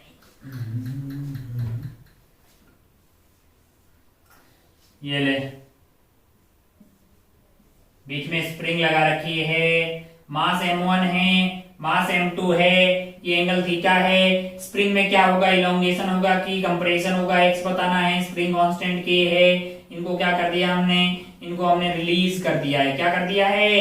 रिलीज कर दिया। अच्छा भाई साहब, बहुत बढ़िया, बहुत ही शानदार। ओ, इसको रिलीज कर दिया है। आपको पूछा कि इसमें कितना इलोंगेशन या कितना कंप्रेशन होगा, ये आपसे पूछा है। सोचिएगा ये सवाल।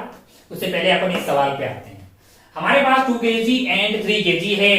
2 kg एंड 3 kg, उस पे एक हॉरिजॉन्टल फोर्स F लगा रहे हैं, जिससे कि अब ये चलने लग जाएंगे। अब ये चलने लग जाएंगे। आपको बोला जाए कि द टेंसाइल स्ट्रेंथ, टेंसाइल या मैक्सिमम टेंशन जो है ये धागा जो सहन कर सकता है ना, उसको टेंसाइल स्ट्रेंथ बोलते हैं। टेंसाइल स्ट्रेंथ या फिर वो आपको इसकी दे रखी हो, मान लो कितनी हो? 10 न्यूटन। कितनी दी और की हो 10 न्यूटन। इसका क्या मतलब हुआ कि 10 न्यूटन तक टेंशन आएगा तब तक ये टूटेगा नहीं, लेकिन 10 से इतू से भी ज्यादा आ गई तो ये टूट जाएगा। अगर 10 से इतू से भी ज्यादा आ गई तो ये टूट जाएगा। Then find F max, then find F max, maximum कितना फोर्स यहाँ पे लगा सकते हैं। अगर इस धागे का टेंसाइल स्ट्रेंथ बोल दिए या ब्रेकिंग मतलब टेंशन बोल दीजिए, ब्रेकिंग टेंशन हो जाएगा। इतनी टेंशन आ जाए यानी मैक्सिमम ये 10 न्यूटन का टेंशन को सहन कर सकता है, उससे ज्यादा अगर थोड़ी सी भी आ गई तो ये टूट जाएगा। आपसे पूछा गया कि मैक्सिमम हॉरिजॉन्टल कितना फोर्स है जिससे कि इसको खींचा जा सकता है। एक आराम से कीजिएगा। अब अपन जानते हैं कि अब आप लोग पॉज मारिए और इन सब के बारे में सोचिएगा, थोड़ा सा सोचिएगा। आंसर तो मैं अभी बता ही दूंगा।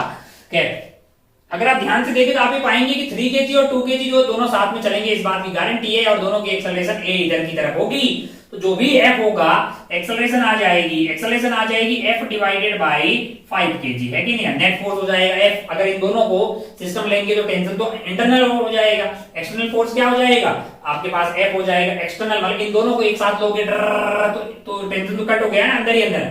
नेट फोर्स आ गया F divided by total mass हो गया 5।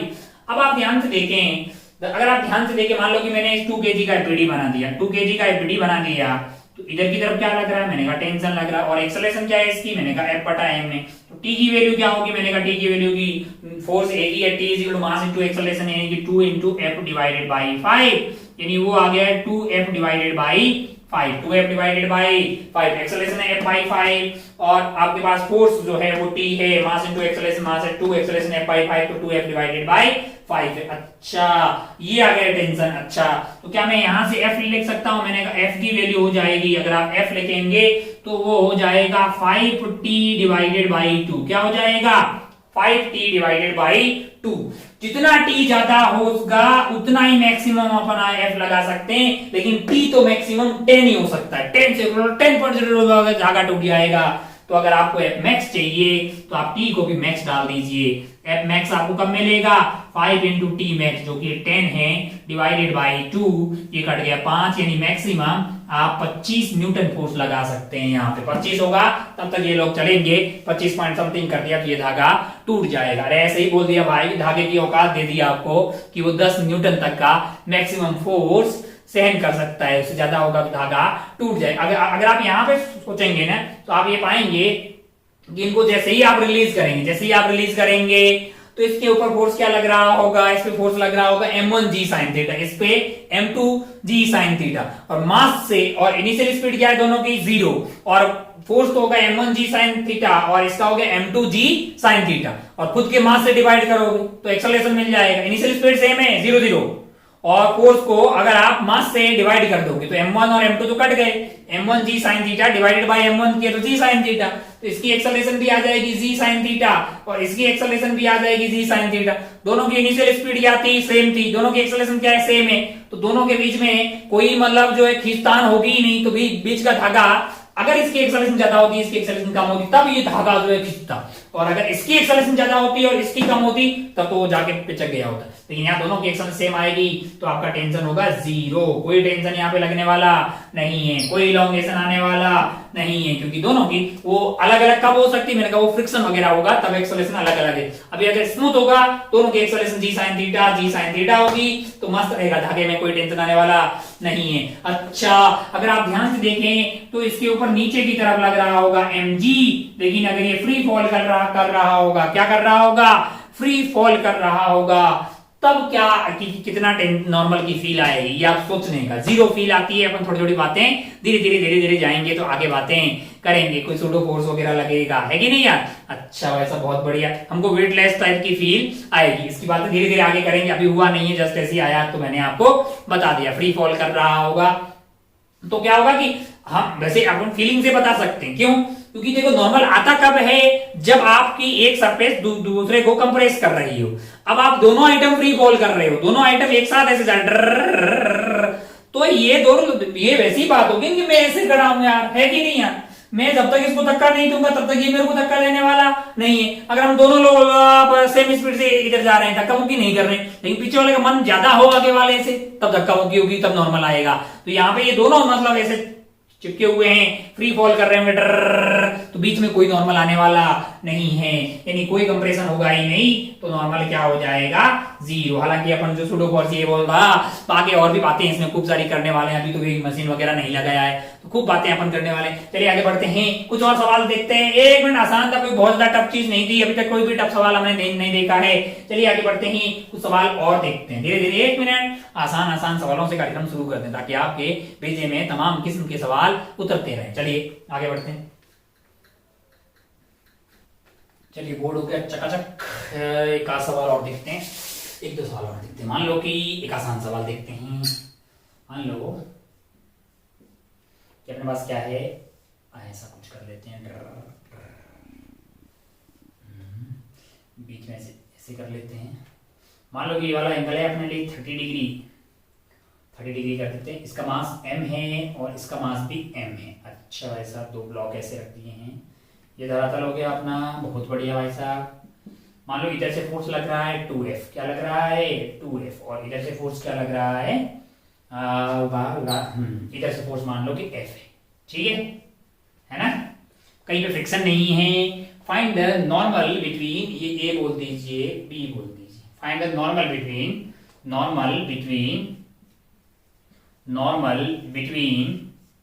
A and B। A and B के बीच में नॉर्मल बताओ, मतलब इस वाली सरफेस के बीच में कितना नॉर्मल लग रहा होगा, ये हमें बताना है। सवाल आपके सामने है। एक आध सवाल और लिख लेते हैं। मान लो एक और सवाल लिख लेते हैं। मान लो कि अपने पास कुछ ऐसा है, आप इसके आंसर की तरफ जाएं। मान लो कि हमारे पास एक रॉड है, क्या है, एक रॉड है। अच्छा भाई, ऐसी रॉड मान ली, जिसको एक स्मूथ ग्राउंड पे रखा हुआ है, रख दिया भाई साहब स्मूथ ग्राउंड पे। ओहो हो, ये हो गया है, ये क्या है, ये स्मूथ ग्राउंड है। अच्छा, स्मूथ पे रख दिया। इधर मान लो कि फोर्स लगाया हमने इस पे F1 लगाया, क्या लगाया F1। इधर क्या लगा दिया हमने F2 लगा दी। इधर क्या लगा दिया F2 लगा दिया। मान लीजिए कि इसका मास जो है वो m है। मास क्या है, m है। अच्छा, और लेंथ क्या है, मैंने कहा लेंथ ले लीजिए आप, लेंथ L है, और ये यूनिफॉर्म रॉड है। कैसा रॉड है, यूनिफॉर्म रॉड। यूनिफॉर्म मतलब लीनियर डेंसिटी सेम रहेगी। अच्छा, ऐसा बहुत बढ़िया, कहीं पे फ्रिक्शन नहीं है। अब आपको बोले कि यहां से राइट मोस्ट पॉइंट से x दूरी पे टेंशन क्या होगा, है ना, tension at the distance x from the right most point. ये क्या है, राइट मोस्ट पॉइंट, और ये लेफ्ट वाला हो गया। यहां से x दूरी पे जाएंगे तो आपके पास टेंशन क्या होगी, यानी tension as a function of x पता करना है ना। यहाँ पे x की वैल्यू 0 हो जाएगी और यहाँ x की वैल्यू क्या हो जाएगी, L हो जाएगी। तो अगर आप ध्यान से देखें तो ये क्या आ गया है अपने पास, मास वाली रॉड। कौन सी वाली, मास वाली रॉड। ओ, अभी तक हम क्या कर रहे थे, मैंने कहा अभी बातें कर रहे थे अपन massless string, massless pulley, massless rod, massless spring, ये सब अपने मासलेस हुआ करते थे।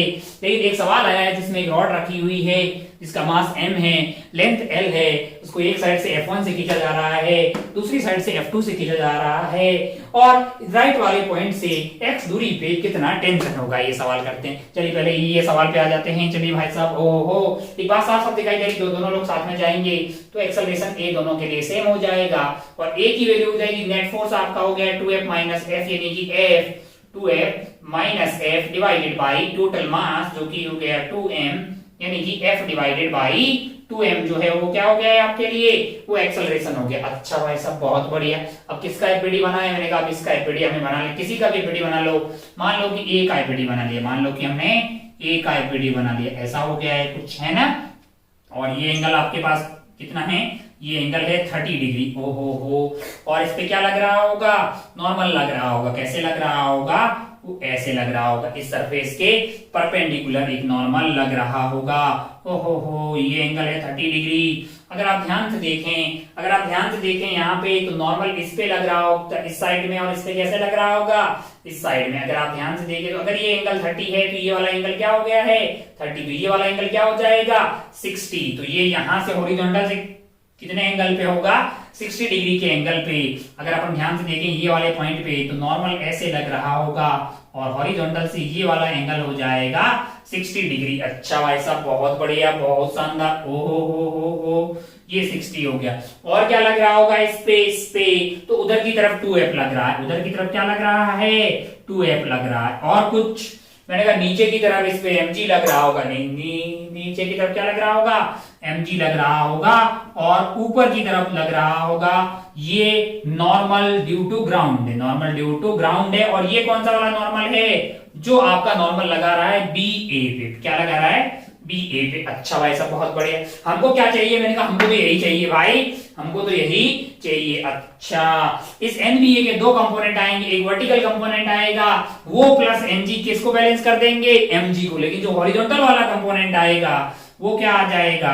वो आ जाएगा NBA cos थीटा, यानी कि NBA cos 60 डिग्री की वैल्यू हो जाएगी 2। होगी कि नहीं होगी? हमारा इंटरेस्ट हॉरिजॉन्टल में ही है। वर्टिकल वाला कंपोनेंट जो भी होगा हालांकि वो हो जाएगा NBA √3/2। होगा कि नहीं होगा यार? तो ये plus mg that is equal to mg, तो mg आ जाएगा, है कि नहीं यार? अच्छा, अगर आपको mg चाहिए तो आप क्या क्या क्या करेंगे? आप बोल देंगे कि mg प्लस NBA √3/2 है ना, इजिकल टू क्या होना चाहिए? mg होना चाहिए। अच्छा भाई साहब वर्टिकल में ये लिखी, हमारा इंटरेस्ट हॉरिजॉन्टल में है वैसे 2f और f है। बड़ा कौन है? 2f, क्योंकि एक्सेलरेशन किधर होगी? इधर की तरफ होगी ना यार। एक्सेलरेशन आपके पास कितनी आ रही है? f डिवाइडेड बाय 2m उधर की तरफ। अच्छा, इसका मतलब 2f और इसमें बड़ा कौन हुआ? 2f हुआ। 2f minus NBA, 2f minus NBA divided by 2 that is equal to mass into acceleration. Mass m है और एक्सेलरेशन आपके पास क्या है? f divided by 2m। Acceleration क्या है? f divided by 2m। तो m से m कट गया भाई साहब। ओहो, तो अगर आप ध्यान से देखें तो ये आपका हो गया है 2f और यहाँ पे आ गया f बाई 2, यानी कि माइनस हो गया है f बाई 2 इजिकल टू आपके पास क्या हो जाएगा? NBA divided by 2। NBA divided by 2, 2f minus f by 2 that is equal to NBA divided by 2। अच्छा, ये हो गया आपके पास 4f माइनस f यानी 3f by 2 that is equal to NBA divided by 2। 2 से 2 कट गया। हमारा आंसर क्या हो जाएगा? NBA that is equal to normal on A due to B that is equal to 3f। हमारा आंसर क्या होगा? 3f। इस पे 3f इधर लग रहा होगा और इस पे कैसे लग रहा होगा? इधर लग रहा होगा। अच्छा भाई साहब बहुत बढ़िया, बहुत ही शानदार। बहुत शानदार। एक और सवाल, खूब सवाल कर रहे हैं आज अपन, पूरा टाइम पास सवालों में ही कर रहे हैं। धीरे धीरे सवालों का लेवल भी अपन ने बढ़ाना शुरू कर दिया। हमारा आंसर आ गया है 3f। नेक्स्ट वाले सवाल पे पढ़ लो, रॉड वाला ये वाला सवाल।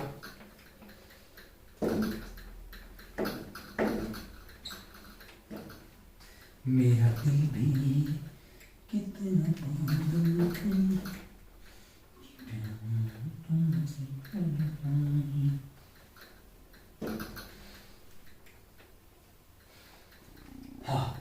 रॉड वाले सवाल ध्यान से देखें। रॉड वाला अच्छा है, अच्छा सवाल है, स्टार मार्क करें, क्योंकि पहली बार हम आपको मास वाली रॉड बता रहे हैं किस तरह से डील करना है मास वाली रॉड को। अब आप ध्यान से देखें, यहाँ पे देखिए, जरा ध्यान से देखें। हो अगर ध्यान से देखें कि इसमें मास है तो इसमें टेंशन सेम रहने वाला नहीं है। जहां पे धागे के अंदर मास नहीं था वहां पे पूरे धागे के अंदर टेंशन सेम थी, पर यहां से सेम नहीं रहेगा। आपको पूछा कहाँ है? यहां से x दूरी पे। मैं आपको बोल रहा हूं अगर आपको x दूरी पे पूछा हुआ तो यहां से रॉड को तोड़ दीजिए और ये वाली दूरी आपके पास l माइनस x। मैं इसको दोबारा बना रहा हूं, देखिए जरा ध्यान से। क्या कर रहा हूं कि रॉड को दो पार्ट में मैंने तोड़ दिया है, ये वाला और बीच में एक धागा मान लिया है ये वाला। ये वाले की लेंथ है x, तो ये वाले की लेंथ क्या होगी? L minus x. और यहां पे अगर आप धागा मान लो, जो धागे में टेंशन होगी वही तो इस पर्टिकुलर पॉइंट पे टेंशन होगी भाई साहब। तो हमें यही टेंशन पता करनी। अच्छा, मास वाली रॉड आए तो जिस पॉइंट पे टेंशन पूछा हो उसके इधर वाले पार्ट और उधर वाले पार्ट को अलग कर दो, बीच में एक धागा मान लो, धागे में जो टेंशन होगी वही उस पॉइंट की टेंशन हो जाएगी। अच्छा भाई साहब बहुत बढ़िया। अच्छा, ये पूरा कार्यक्रम में हमको F1 और F2 के बारे में बोला नहीं है, तो आप सवाल में बोल दीजिए कि गिवन है, क्या है? Given F1 is greater than F2। मान लो कि ऐसा दे दिया सवाल में, क्या है कि F1 बड़ा है F2 से, ये सवाल में दिया हुआ है। अच्छा, तो फिर ये जाग किधर रही होगी? इधर की तरफ जा रही होगी। और एक्सेलरेशन क्या होगा इसका? एक्सेलरेशन हो जाएगा F1 minus F2 divided by m।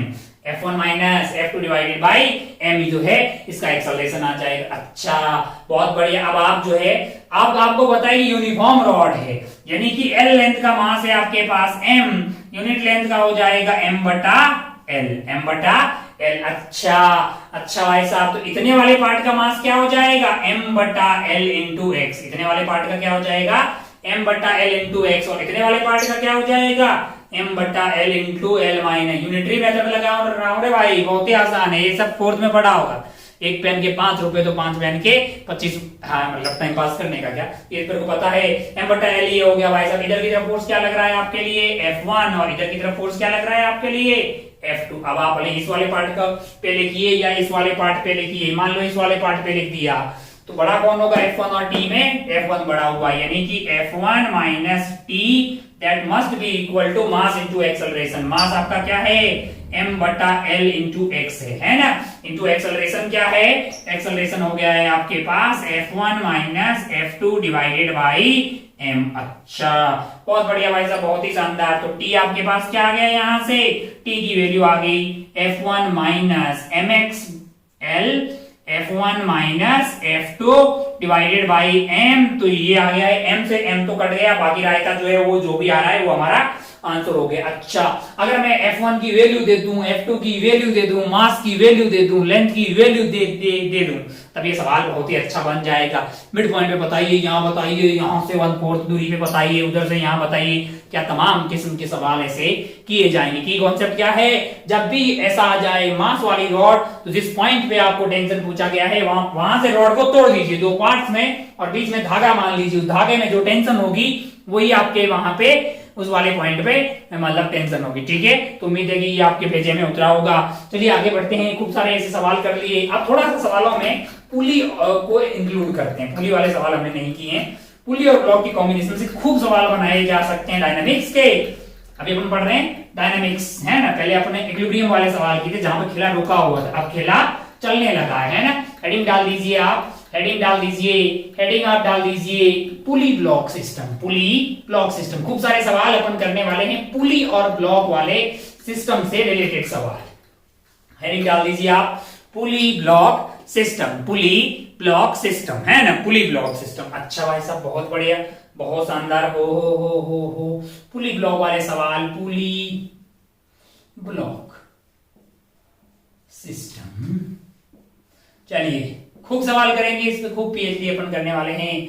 अगर आप ध्यान से देखें तो हमने पहले भी बातें की थी कि हम जो पुली ले रहे हैं वो कैसी है? वो मास लेस है। वो कैसी है? मास लेस है, फ्रिक्शन लेस है। वो कैसी है? मास लेस, फ्रिक्शन लेस। अच्छा, और जो अपन जो धागा ले रहे हैं वो कैसा है? मैंने कहा वो मास लेस है, और एक क्या है? इनएक्सटेंसिबल। अच्छा, बीच बीच में हम लोग जो स्प्रिंग ले रहे हैं वो कैसी है? मैंने कहा वो आइडियल है। वो भी कैसी है? मासलेस है। वो भी कैसी है?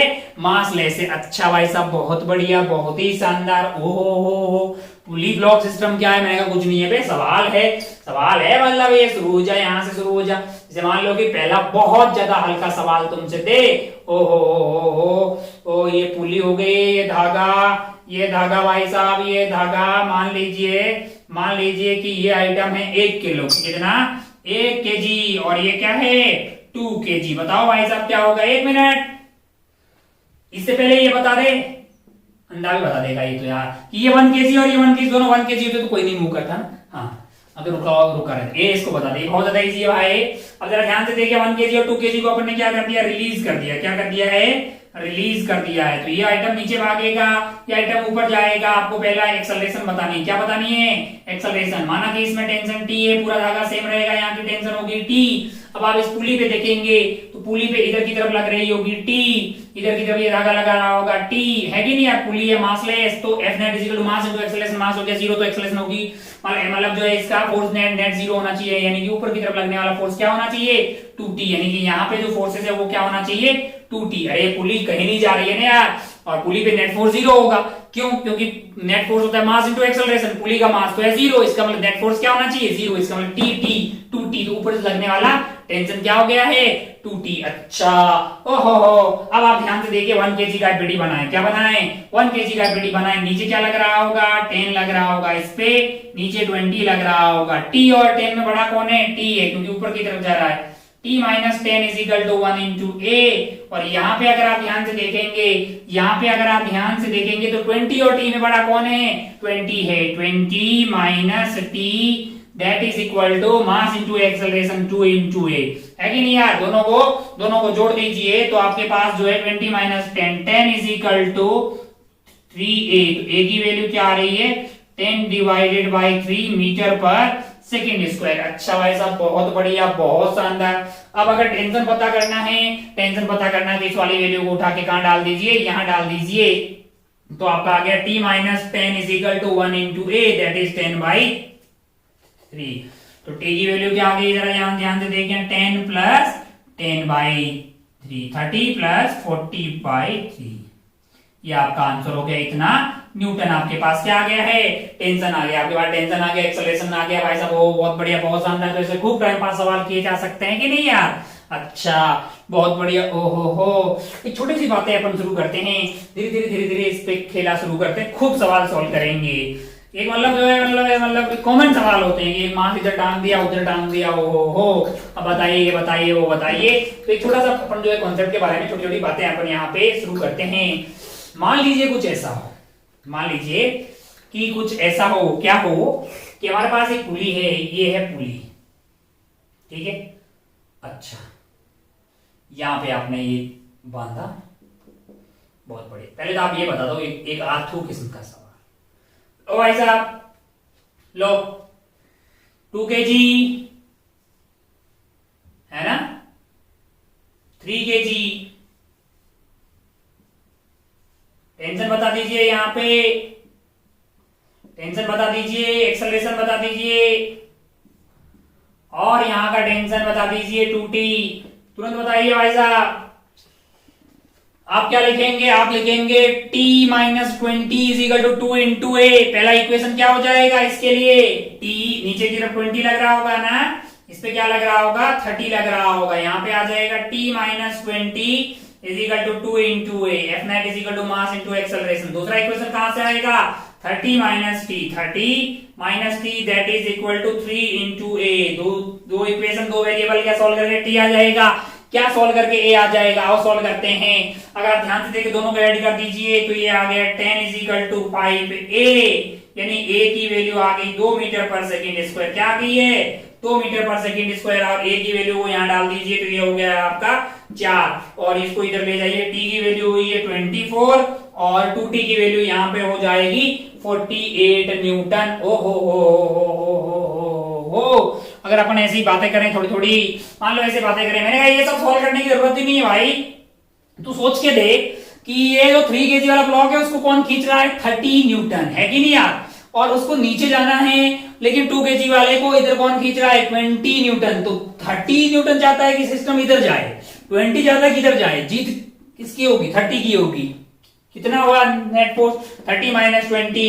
अगर आप डायरेक्ट चाहें तो ए की वैल्यू आ गई आपके पास 30 minus 20 divided by total mass जो कि आपका है 5। इसको आप ऐसा भी तो समझ लेना कि ये धागा है, ये यहाँ पे है, इधर की तरफ फोर्स लग रहा है 30, इधर की तरफ फोर्स लग रहा है 20। तो नेट फोर्स आपका हो गया 30 minus 20 that is 10/5 that is equal to 2 metre per second square. तो ऐसा टाइम पास अपन नहीं करेंगे, तुरंत दिखाई देगी 30 खींच रहा है, 20 रोक रहा है, नेट खींचने वाला फोर्स हो गया आपका 10 को डिवाइड कर दिया आपने 3 प्लस 2 यानी 5 से, तो एक्सेलरेशन आपके पास डायरेक्ट आ गया। बहुत बढ़िया भाई साहब। ओ अगर आप ध्यान से देखें तो कई जगह किताबों में ये लिखा हुआ मिलेगा कि हमारे पास एक पुली है। क्या है हमारे पास एक पुली है। अच्छा भाई साहब बहुत बढ़िया, ये पुली है और यहाँ पे 2 ऐसे ब्लॉक लगा रखे हैं। इसका मास है m1 और इसका मास क्या है, इसका मास मान लीजिए है कितना m2, है कि नहीं यार।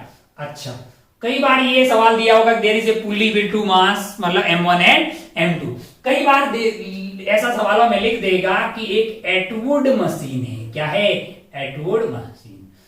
अच्छा, इसी आइटम को प्यार से क्या बोलते हैं? Atwood machine. स्पेशली कौन से वाले सवालों में, एससी वर्मा के सवालों में आपको इस आइटम का नाम क्या होगा? Atwood machine. ये धागा कैसा है?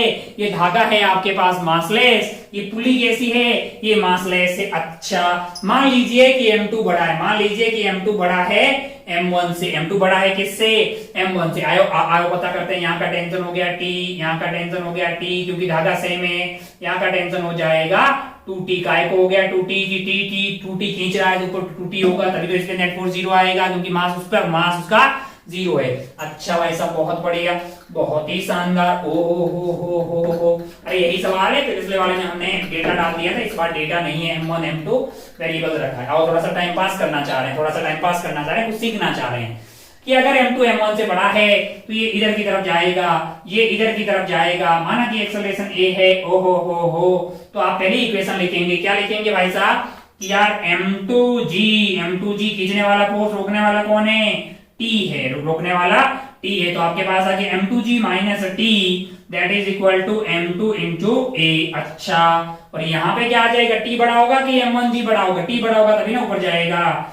T minus M1G that is equal to M1 into A। अब आप दोनों इक्वेशन को जोड़ दीजिए। मान लो ये फर्स्ट है, ये सेकंड ऐड कर दीजिए, तो आपके पास आया M2 minus M1G divided by M1 plus M2 that is equal to acceleration क्या आ गया? M2 माइनस M1, यानी कि M2G खींचने वाला, M1G रोकने वाला, नेट फोर्स क्या हुआ? M2 minus M1 into G divided by total mass, जो कि है आपका M1 प्लस M2। अच्छा, ओ हो, बहुत बढ़िया भाई साहब। अगर आप ध्यान से देखें तो आपको A मिल गया। मैं चाहता हूं कि T मिल जाए। मैं क्या चाहता हूं? कि T मिल जाए। T मिलने के लिए मैंने A को उठा के कहां डाल दिया है? मुझे T चाहिए तो मैंने A को उठा के यहां पे डाल दिया, और T चाहिए तो T को उधर ले गया।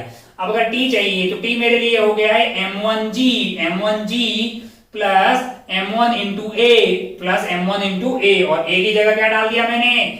M2 minus M1 into G divided by M1 plus M2। अच्छा, एलसीएम लीजिए, ये उधर की तरफ भेज दीजिएगा, तो ये आइटम हो गया है M1G। अच्छा, M1G यहाँ पे भी है, M1G यहाँ पे भी है, तो M1G को मैंने कॉमन ले लिया है। अंदर की तरफ क्या बच गया है आपके पास? अंदर की तरफ बच गया है M1 plus M2 minus M1 divided by आपके पास क्या बच गया है? डिवाइडेड बाई आपके पास आ गया है, बेसिकली आपके पास आ गया M1 प्लस M2। अच्छा, बहुत बढ़िया भाई साहब, बहुत शानदार। अब अगर आप ध्यान से देखें तो M1 ने M1 की बत्तियां गुल कर दी। बचा क्या है? ट्वाइस ऑफ M2, तो ऊपर की तरफ बचा है twice of M1 M2G divided by M1 plus M2। ये क्या मिल गया? हमने को T मिल गया। हमें क्या चाहिए? हमें 2T चाहिए। हमें क्या चाहिए?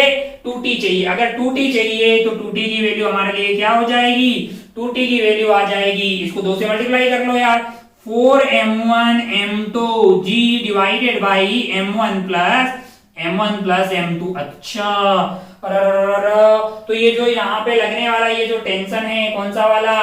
तो यहाँ पे टेंशन लग रहा है, ये जो है 2T हमें मिल गया। क्या मैंने कहा? हाँ, 2T की हमें वैल्यू क्या मिल गई है? 4M1 M2G divided by M1 plus M2। मैं एक छोटी सी बात कर रहा हूँ कि यार कुछ इस पूरे सिस्टम की बजाय इस पूरे सिस्टम को मैं इससे रिप्लेस कर दूं। इससे रिप्लेस करने का मतलब ये कि इस पूरे सिस्टम को एक मास से रिप्लेस कर दे रहा हूं। इस पूरे सिस्टम को यहां से लेके यहां तक वाले पूरे सिस्टम को अगर मैं मास से रिप्लेस करूं, और मैं उस मास को बोल रहा हूं M इक्विवेलेंट। क्या बोल रहा हूं? M equivalent. तब जो यहां की टेंशन है वो इस वाली टेंशन के बराबर हो जाए। किसके बराबर हो जाए? ये टेंशन इसके बराबर हो जाए। अगर मास M इक्विवेलेंट हुआ तो नीचे की तरफ हो जाएगा M इक्विवेलेंट इंटू G, और टेंशन की वैल्यू क्या हो जाएगी? M इक्विवेलेंट इंटू G हो जाएगी। अरे भाई M इंटू G जो है यहाँ टेंशन आ जाएगी, तो M equivalent into G must be equal to क्या होना चाहिए? 2T के बराबर। 2T की वैल्यू क्या आ रही है? 4M1 M2 G divided by M1 plus M2। अच्छा, ओहो, G से G कट गया। अगर आप ध्यान से देखो तो M इक्विवेलेंट की value 4M1 M2 m1 plus m2 के बराबर आ रही है। किसके बराबर आ रही है? 4m1 m2 upon m1 plus m2। अच्छा अच्छा अच्छा अच्छा। अब अगर आप ध्यान से अगर आप देखें तो मैं इस आइटम को लिख सकता हूं m इक्विवेलेंट बाई 4 या फिर 4 डिवाइडेड बाई m इक्विवेलेंट। इसको ऐसे भी तो लिखा जा सकता है ना, 1 upon m1 plus 1 by m2। LCM लेंगे तो m1 m2 ऊपर m1 प्लस m2 आ जाएगा, उल्टा कर दीजिए। अच्छा भाई साहब बहुत बढ़िया। तो आप ये फॉर्मेट में भी इसको ध्यान रख सकते हैं। अच्छा अच्छा अच्छा अच्छा अच्छा, ये पूरे सिस्टम को इतने से रिप्लेस करते तो यहाँ की टेंशन में कोई फर्क नहीं पड़ता। मैंने कहा हाँ, ओ हो। तो ये जो 4 आ रहा है 4 इंटू m1 m2, इसको प्यार से बोलते हैं 4 इंटू म्यू। अच्छा म्यू क्या हो गया? फिर ये जो कार्यक्रम है अपना m1 m2, इसको प्यार से रिड्यूस मास बोलते हैं। कौन सा मास बोलते हैं? यहाँ पे अपने पास थोड़ी सी जगह है तो अपन बातें कर रहे हैं कि जो हमारा m इक्विवेलेंट आ रहा है उसकी वैल्यू आ गई 4 म्यू, और म्यू है basically m1 m2 upon m1 plus m2। इसको प्यार से क्या बोलते हैं? रिड्यूस्ड मास। कौन सा मास? रिड्यूस्ड मास। क्या मतलब हुआ कि इस पूरे खेला को अगर अपन चाहें तो सिर्फ जो है यहाँ पे रिप्लेस कर सकते हैं 4 म्यू से। किससे रिप्लेस कर सकते हैं? 4 म्यू से। यहाँ की टेंशन और यहाँ की टेंशन क्या आएगी? सेम आएगी। अच्छा ओहो, क्या कोई फायदा होता है? होता होगा यार, तभी तो बताया है मास्टर ने कि इस पूरे खेला को एक पुली और ये एटूड मशीन को यहाँ की टेंशन के लिए अगर 4 म्यू से रिप्लेस कर दें, और म्यू की वैल्यू क्या है? m1 m1 plus m2, 4 divided by m equivalent that is equal to basically 1 upon m1 plus 1 by m2। अच्छा बहुत बढ़िया भाई साहब। ये जो m इक्विवेलेंट है वही आपके लिए क्या हो गया है? रिड्यूस मास हो गया है। अच्छा बहुत बढ़िया, ये म्यू है बेसिकली। अच्छा अच्छा अच्छा अच्छा, क्या फायदा होता है इससे? मैंने कहा बहुत मजा आता है, सवाल वगैरह सोल्व करना इजी हो जाता है। लोग बोलेंगे कैसे मान ले हम लोग इजी हो जाता है? मैंने कहा अभी देखो जरा, कुछ ट्रेलर दिखाते हैं आपको, अभी दिखाते हैं। बोर्ड से ही साफ हो जाइए आप। इसी में थोड़ा सा आगे सवाल में बढ़ने से पहले छोटी सी बात करते हैं। जैसे हमारे पास आ गया 4 divided by m equivalent that is equal to 1 upon m1 plus 1 by m2। थोड़े से एक स्पेशल केस की बात कर लेते हैं। स्पेशल केस क्या है? एक स्पेशल केस की बात कर लेते हैं। मान लो कि एक स्पेशल केस ऐसे कि मान लो कि ऐसा कुछ हो, m1 और m2 क्या हो जाए? इक्वल हो जाए। m1 और m2 इक्वल हो जाए तो म्यू की वैल्यू क्या हो जाएगी आपके लिए? m1 और m2 अगर इक्वल हो जाए तो आपका जो m इक्विवेलेंट है उसकी वैल्यू क्या हो जाएगी? आपसे पूछा जाए तो आप बोलेंगे 4 divided by m equivalent that is equal to 1 by m। इनको बोल दिया m हमने, तो 1 by m plus 1 by m क्या हो जाएगा? 2 बाई m। तो ये कट गया 2 टाइम, तो m इक्विवेलेंट की वैल्यू क्या आ गई आपके लिए? 2m के बराबर हो गई। या फिर दूसरा वाला एक स्पेशल केस लेते हैं। मान लो कि ऐसा कुछ हो, m1 बहुत बहुत बड़ा हो m2 से, m1 is very very large compare to m2, m1 is very very large compare to m2। m1 बहुत बड़ा होगा तो 1 बाई m1 जीरो की तरफ पहुंच जाएगा। m1 बहुत बड़ा होगा और m2 के कंपेयर में, तो 1 बाई m1 की वैल्यू 1 बाई m2 के कंपेयर में कुछ नहीं होगी, तो ये जीरो की तरफ टेंड हो जाएगा।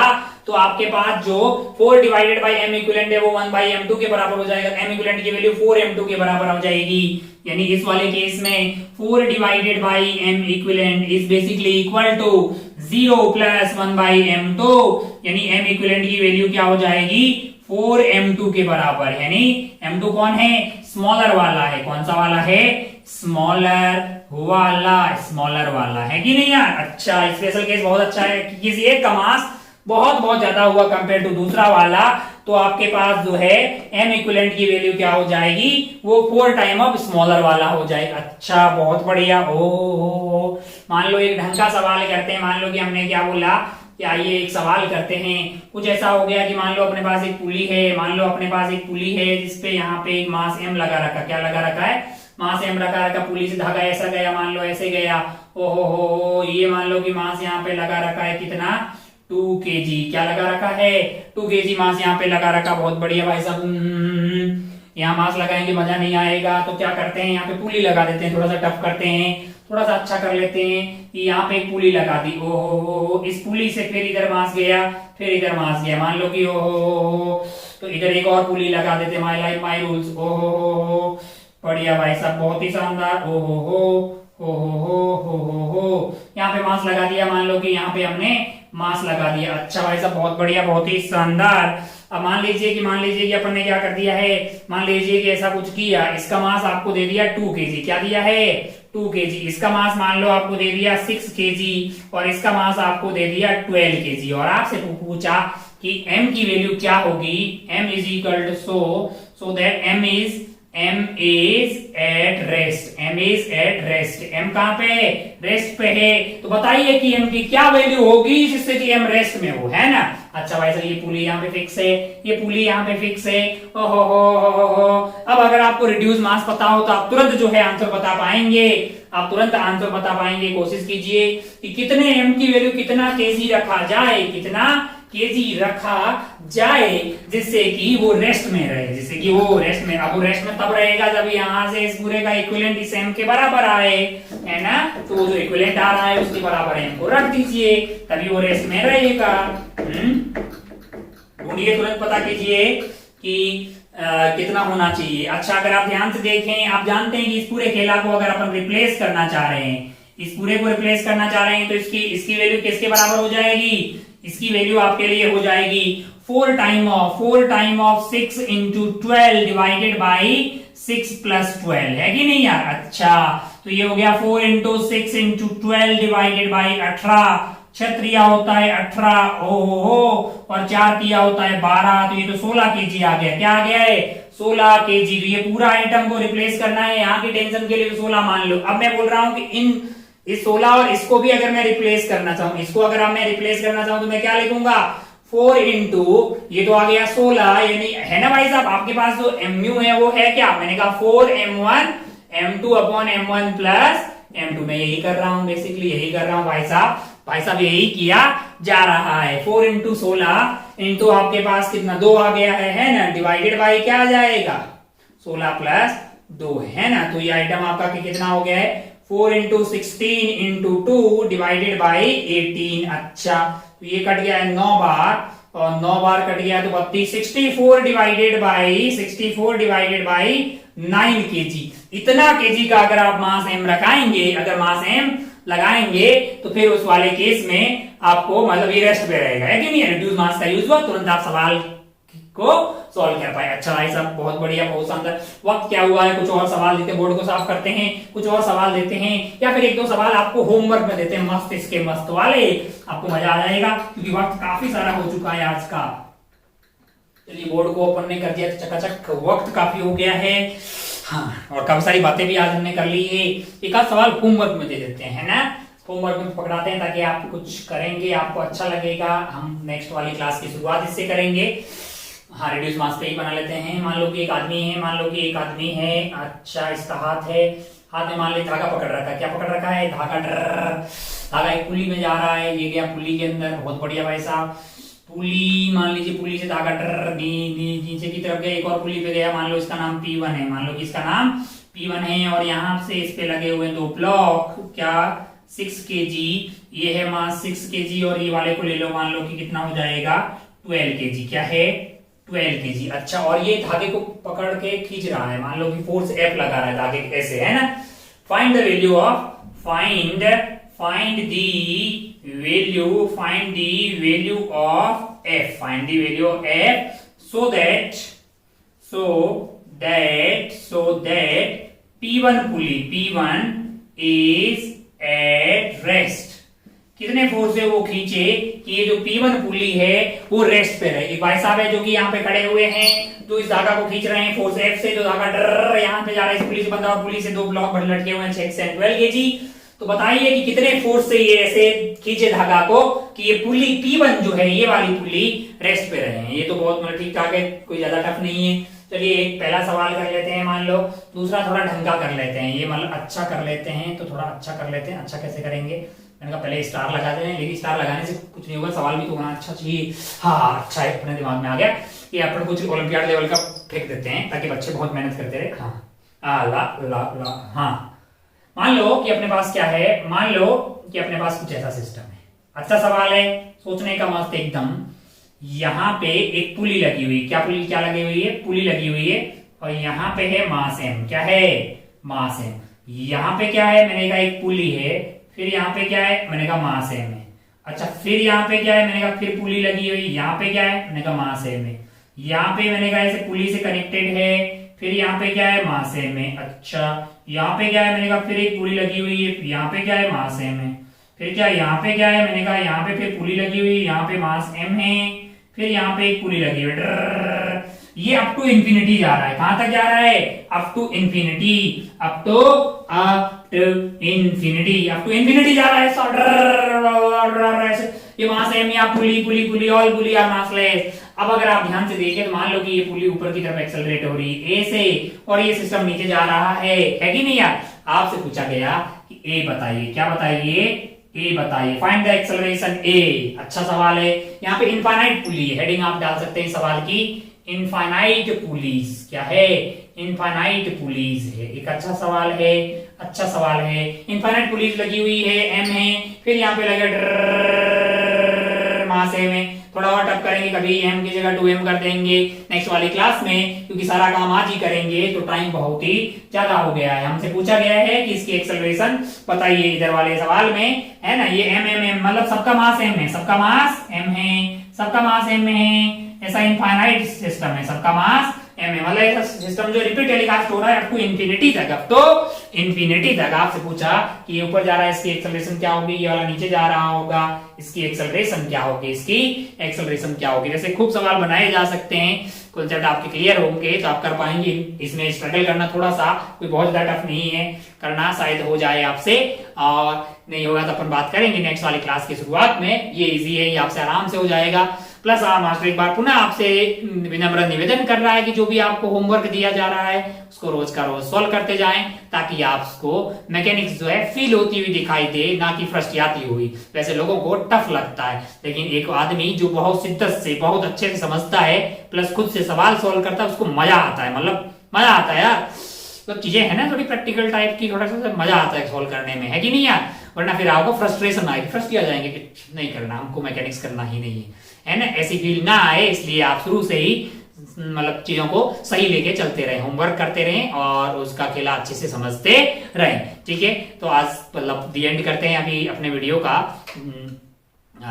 चलिए, तो जय हिंद, जय Bharat, take care, bye, take care.